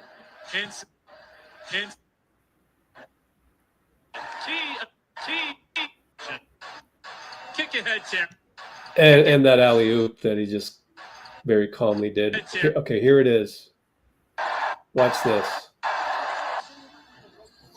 He drives right baseline. Between the legs. See how wide open he is, too. That's crazy. Thank goodness Javon Johnson hit that three. Otherwise, we wouldn't have never seen this highlight. You got to make the three. Yeah. Be a highlight. But even if he had missed it, I would, had I seen that live, I would have been, pulling my hair out, make or miss. You just don't see that every day. That creativity is unbelievable. Yeah, definitely. Definitely. I always like great passers too, Yeah. I feel like that's something that's been you hardly ever hear about that in the draft, Like who's this guy's a way better pass, similar stats and other things, but this guy's like a really, really good passer. Like, oh well, he's probably gonna win. If you can get your teammates going, I mean, it almost always works pretty well, And I don't know, my dad definitely taught that to me. I think he grew up watching Jerry West, who led the playoffs in assists later on in his career, Magic, Stockton, and that might be one of the reasons I like Draymond so much too. Just feel like, and Jimmy, just super solid. Now Draymond and Jimmy are not flashy by any means, and when they get flashy, get some blueberry turnovers or whatever those are. But anytime I can find a good passer, I think that guy's got a real advantage in the league.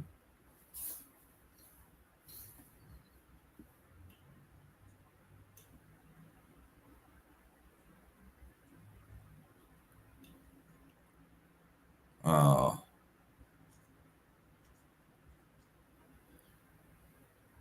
Isaiah Stewart's a hothead, Bruce Morrow says. Top 21. Oh, Bruce. Get out of here with that nonsense.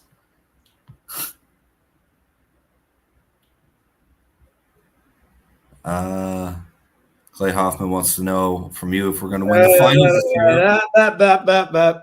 Which is a prediction. Dean, you know what I like about what we do here is when someone brings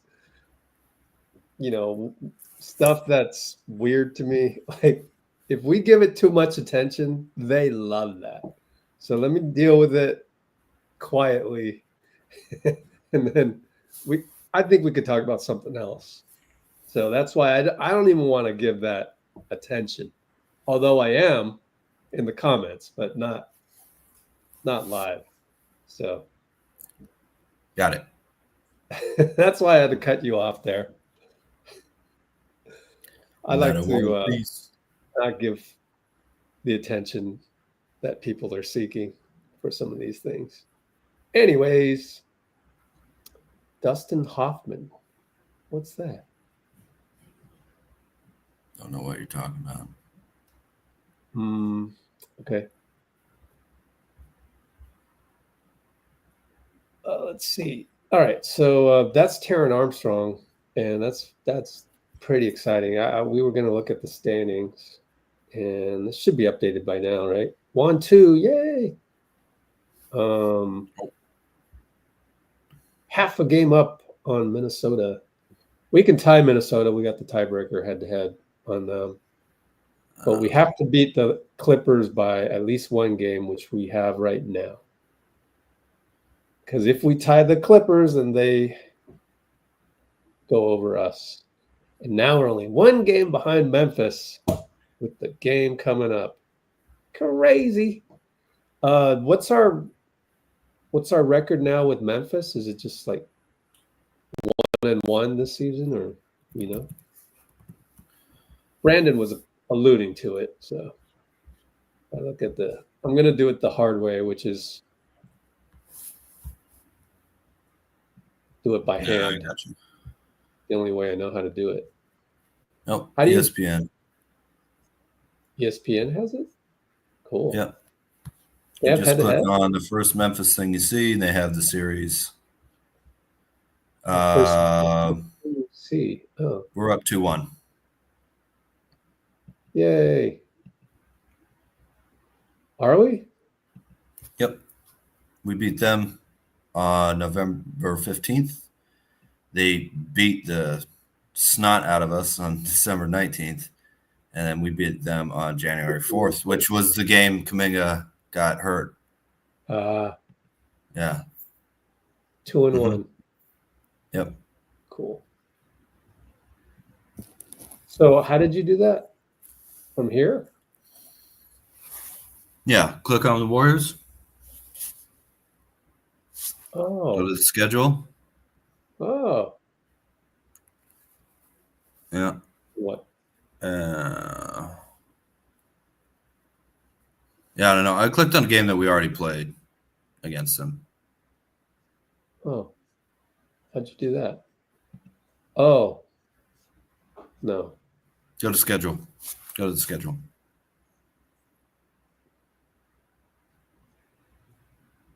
Click on the click. Don't click on the team. Click on the result. Yep. Scroll down. This is a lot. Keep scrolling. Oh, down here. There it is. Yep. It says 1-0 because that was the first game, but it has all the results right there. Oh, I see. All right. I guess that's a little bit better. I don't know. Oh, you could just count them, but Too much human error involved when you count them and you do the search, find, replace, or find, search. All right. Let's see. And then right after that is the Lakers. Oh, did you mention? I can't believe they did this. Did you mention the Taylor Jenkins firing? I couldn't believe it when I read that. Yeah, I know, huh? I just don't get. I just don't understand that. I think it's letting go of the rope. Well, it doesn't seem like there was anything that was behind the scenes that was threatening to come up or whatever, So yeah, well, we don't know that. So, well, I'm not going to assume that. I'm going to assume that it was just a basketball thing. And to say to a coach who's got your team to the playoffs, 4 out of the last 5 years, you're fired with 9 games to go and not even see what happens? That's bizarre. Yeah. It's just bizarre. The NBA has made some really strange decisions this year. Like really, really weird. The Luka trade and this just stand out. And I think there's a few more, I recognize Dustin Hoffman's name. I don't know why he brought him up, though. Yeah. Also heard, never mind. Indeed, Kimbo. What happened? Well, anyway, I think that's really one of the strangest things I've ever heard. We're in the playoff run. We got 9 games to go. Bye, coach. Oh, because the trollster was his name, shares the same last name as Dustin Hoffman. I finally figured that out. Wow. Yeah. I think part of that was I wasn't paying attention, paying too much attention.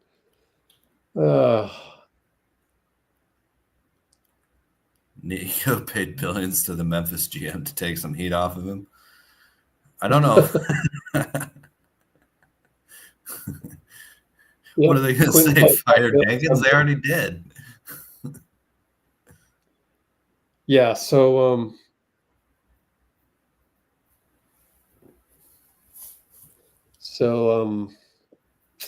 Taylor Jenkins getting fired. I just think that's letting go of the rope, and that's going to be frowned upon by the basketball gods, I think.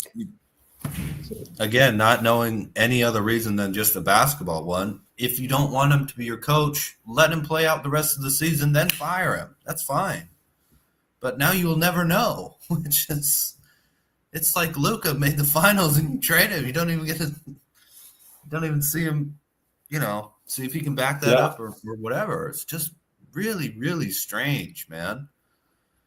But hey, so do you think the Luka trade had an indirect effect or direct on Taylor Jenkins getting fired? Because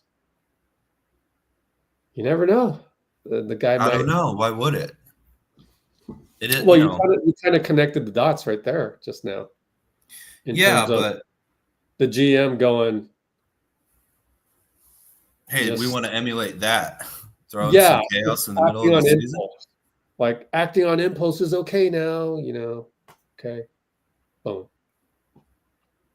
Yeah.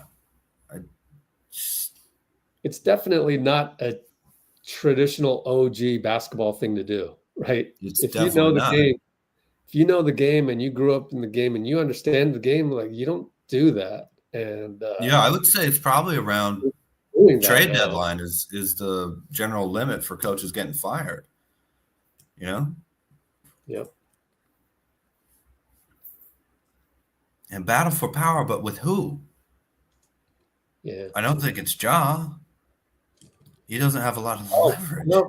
Ja and Jaren Jackson and Bane were all surprised by it from the reporting that I saw and the post-game locker room interviews. And I mean, who knows what they knew, how long they heard about it, whatever. But again, normally you just let that play out, see what happens in the postseason, you know, Yep. And then you say, well, we didn't feel like we got where we wanted to go. And so, I mean, they have a interim assistant coach who was brought in to be a consultant, I think, at the beginning of this year. And now he's the head coach. They went from consultant to assistant to head coach.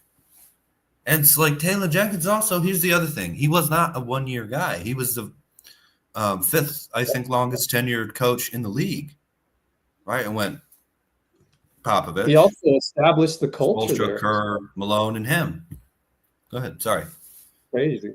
He established the culture there, just the toughness and all that. So yeah. Odd. I know there was that fight. I think Desmond Bain shoved Santi Aldama, but yeah, there was got fired. The dude that can extract the audio from that I'm not sure is actually legit, but according to that, Desmond Bain told Aldama, so take this with a grain of salt, but yeah, told him that you gotta effing play. Are you gonna effing guard somebody? You know, so that's pretty typical. You know, in fighting during a basketball game, you know. Yeah, shoving a guy into the bench is a little extreme. Yeah. But they've always been a wild bunch out there, you know. Yeah. TCU frogs too, you know, right? Yeah. Yeah. But man, maybe they thought, here's what I'm thinking. Maybe they looked at Mike Brown getting fired and the little bump the Kings got and thought, well, maybe we can do that for 9 games. But like when the playoffs come around, they're not going to know. Yeah. Moses Moody's here. Really weird. Yeah. Perfect timing. What that trick sold on. What happened? Bruce said what that trick sold on. Yeah. Yeah. All right. We're going to get Moody here. Don't it, kid. Okay. Moody time.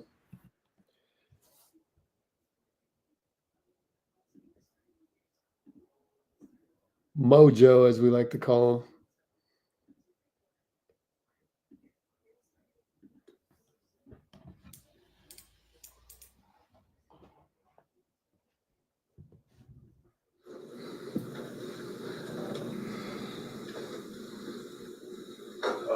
No, starting fast was a point of emphasis yesterday. Just what did you like the way that you guys? What did you like the most about the way you guys came out in that first quarter?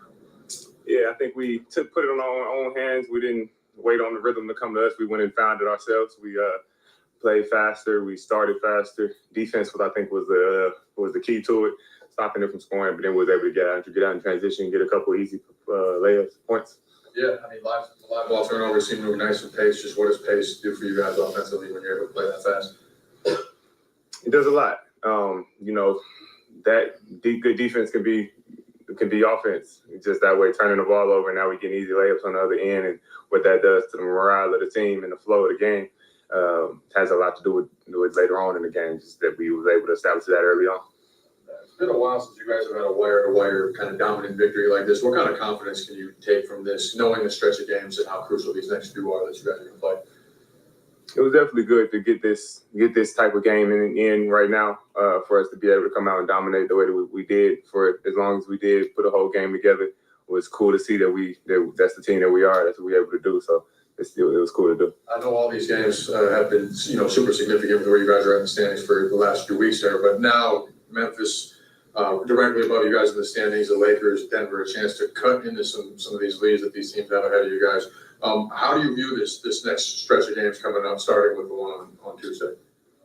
Yeah, it's a sprint to the finish. That's what it is right now. So it's hard for me to pay attention to what the other teams are doing. If somebody wins, somebody loses, whatever. I just know if we win, then stuff's going to go out how we want it to. So focusing on that, winning the next game, winning the game after that, just sprinting to the finish. What was it like seeing Moon knock down in a triple? Man, I was excited to see it. Well, y'all know that's what Moon did back in the day. That's the player that he was in high school and college. And it's been really cool for me to see somebody like him be able to get to the NBA and find a different role, change what he does, and to conform and find his place. And that's what he's been able to do. And I respect him and I respect that so much. But to see him go back to his old ways for the corner three ball was cool tonight. Cool. Appreciate you, man. Nice and simple. Yeah, I'm gonna. All right. That'll do it for the Warriors podia. That's 3 of them. So no Steph. Too bad. And we are going to probably wrap up our own live here. 3 hours and 30 minutes so far. Let me look up some any more interviews there. Nope. Wow, Bruce, you think Ja's going to get traded? That's interesting. Why would they do that?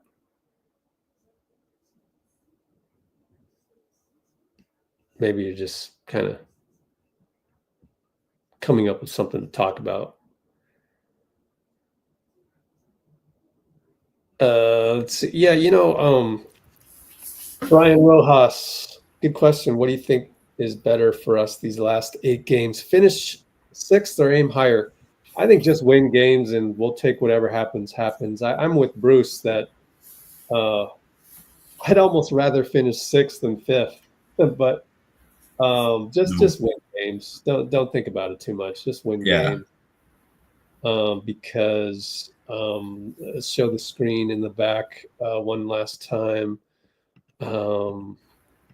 Standings. Houston and Denver is a tug of war. It's just mind blowing the possibilities. So just win games because that's the only thing you can really keep your sanity. Lakers, Nuggets, Thunder, Celtics. Bring it on. Let's go.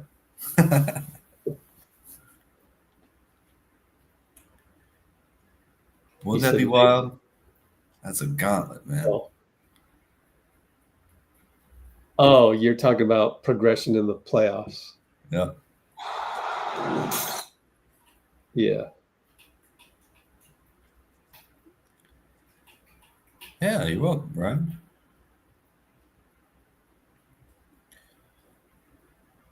Will you go live next month talking about postseason? Oh, yeah. I'll go live anytime there's 2 or more days in between, or probably more. There's and every game, of course. 3 days in between games for sure. Yeah. Man, I'm just excited seeing this team in the playoffs again. It's been a while, I know it was one season, but feels like it's been a while since we've had that. Just the playoffs are so exciting, man. Oh, such a great feeling, win a close game, and then you think, we have to play this team again, and they're gonna have all that tape. They're gonna know to adjust to all this stuff, and but it's a travel game, and we have to go all the way to,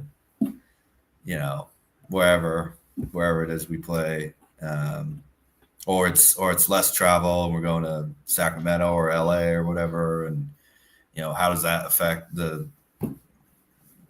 Oh man, it's honestly, I've been watching the NBA for a while now, and February around All-Star game, it was, we can't do this All-Star game, and we need to what? Yeah. Need to add? Yeah, come here.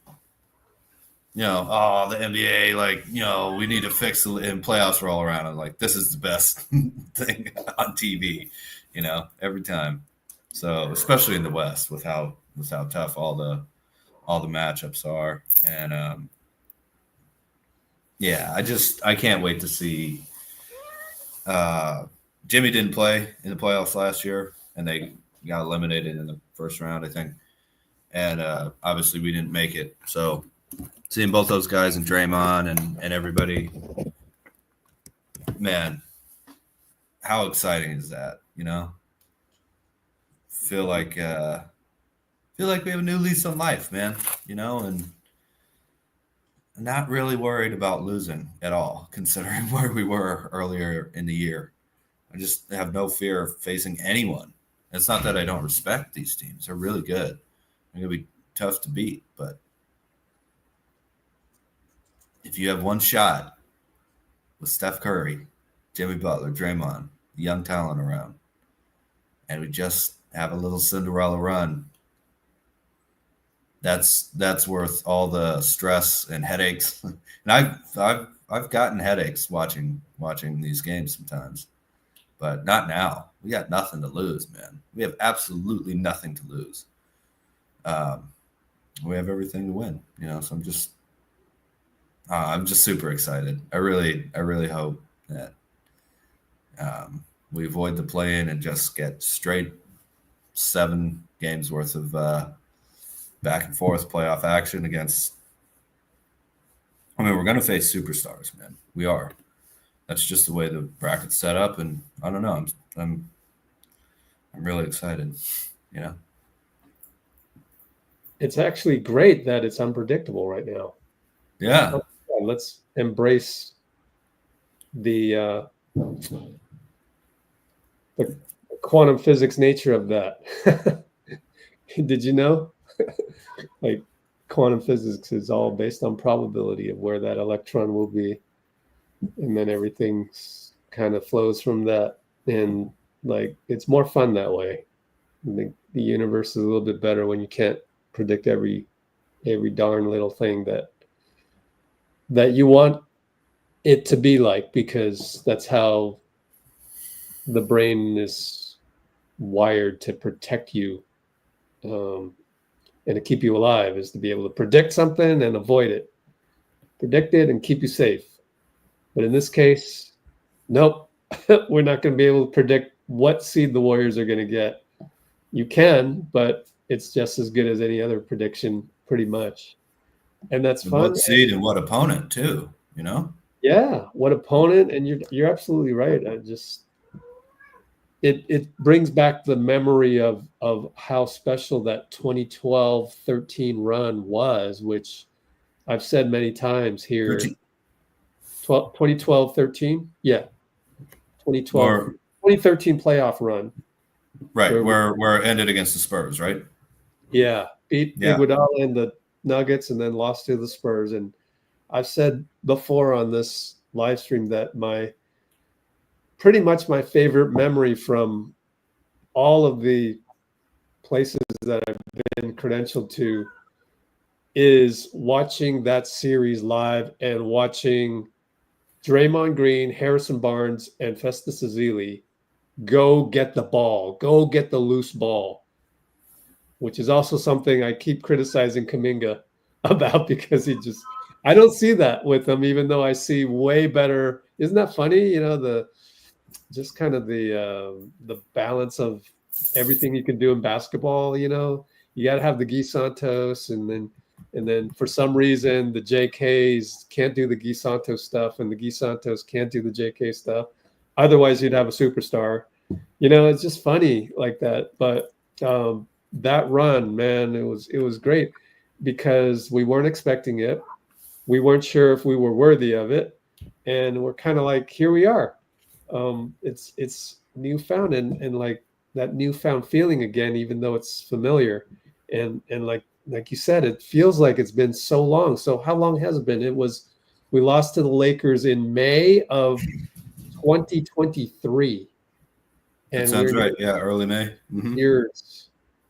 2 years. Oh, that's over 700 days, Dean.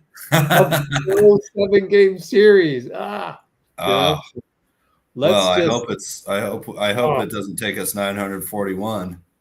Yeah. Gosh. We still got a few more games to win, several games to win. Yep. To get there. Yeah.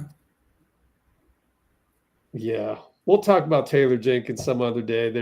Arbel sent me some information on Instagram where Ja Morant reportedly in an article with The Athletic wasn't happy of not having the ball in his hands as much. I don't know.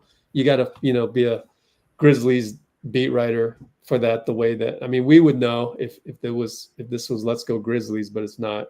We're Let's Go Warriors. So we'll talk about that some other time. But yeah, just looking ahead to these last few games. How many games we got left? 8 games.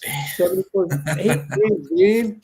Dude, this season was never going to end, and we only have 8 games left. Oh, my word. Guys, we have to get back to the gratitude part of basketball. Oh, 8 man. regular season games left, and there's no guarantee that we'll be in a playoff series. So we got to just really come here and root for the team and stop complaining, Let's stop complaining. We've played over a quarter of our season with Jimmy, too, on the team. Yeah. We played, 22 games with him playing, I think? That's so little. 18 and 5. Yeah. Unbelievable, man.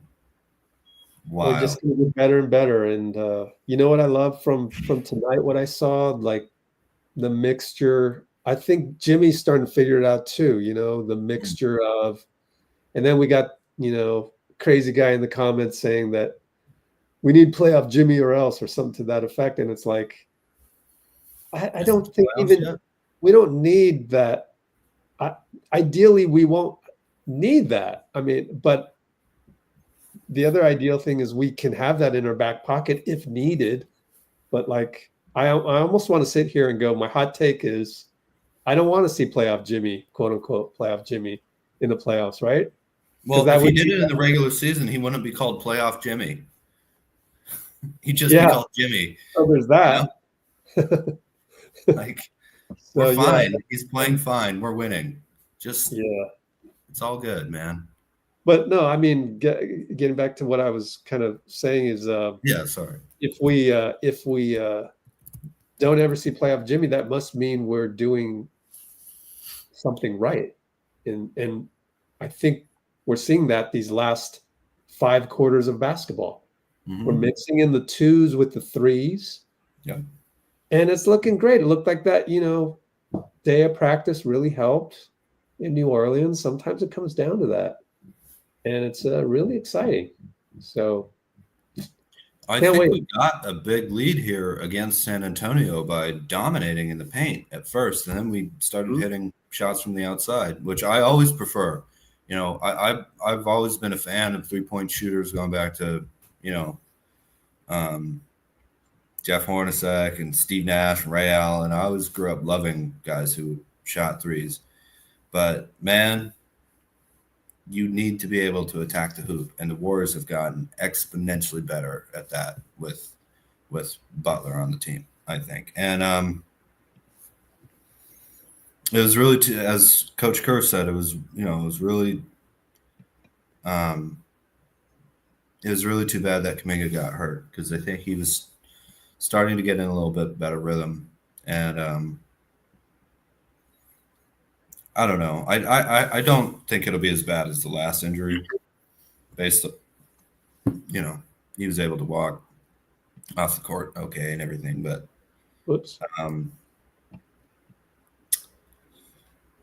Kuminga and Steph, with Jimmy and Draymond out, I think they're really still playing well together.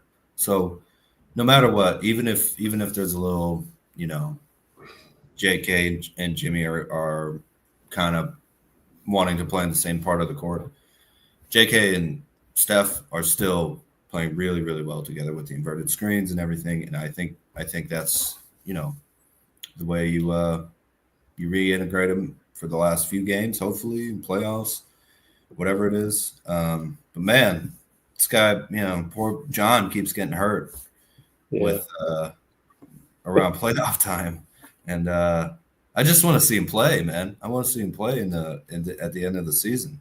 We really need him. Getting screenshot real quick. Smile, go. All right. Yeah. Sorry to interrupt there. Keep going. Plusative. Positive. No, that's all I had to say. Oh, when you were talking, you mentioned Steve Nash. Oh, yeah. Guess who referenced Steve Nash recently? Yeah. LeBron? An opposing coach. Oh.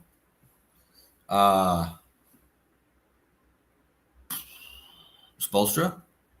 Nope. Ooh. Opposing coach that we played against? Yeah. Willie Green. Willie Green. He said at the end of his interview, which is actually on our channel, it's in there. If you look at the thumbnails, look for the one with Willie Green and Steph. At the end of it, he's saying that the Pelicans got to learn how to master more control of the ball. And he goes, we call those Nash dribbles. And when he first said it, I'm like, what the hell is that? Oh, Steve Nash. He's paying homage to Steve Nash, the way he keeps the ball alive, keeps it alive, even when in the paint, and then kick it to somebody open.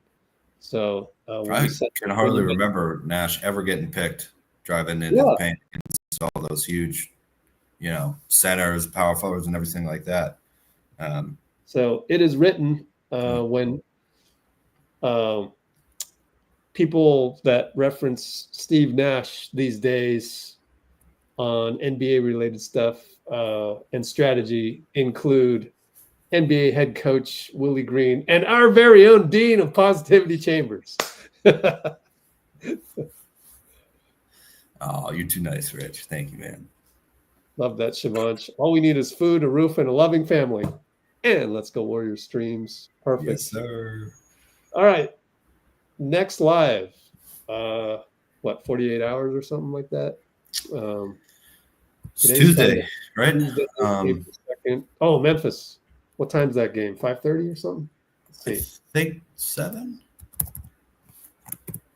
Oh, not for us. 7 local, right? Got it. Oh, yeah, right. 5. Yeah. Oh, man, we haven't had a nice 7 o'clock game in so long. I like the 5 o'clocks. Playing basketball when the sun's up. I don't know, man. No, because then it gives me more time to. Well, you need to get your Starbucks. All of that, exactly. Yeah. All right. Anything else? Because then we're gonna go. Oh, Brugy, nice time for Broody. Let's get the Cholo file. Yes, sir. Oh yeah, they are kind of smashing the Suns here, huh? 94-60.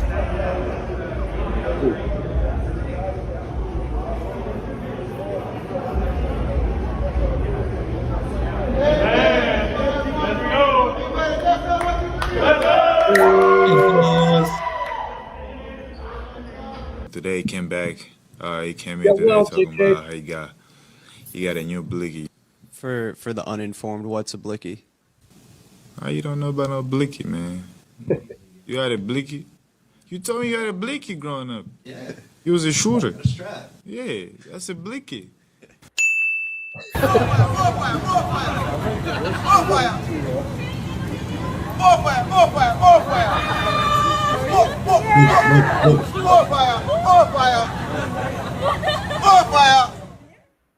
And Brate. Thanks, Dean. See you soon. Bye, Bubbles. See you, dude.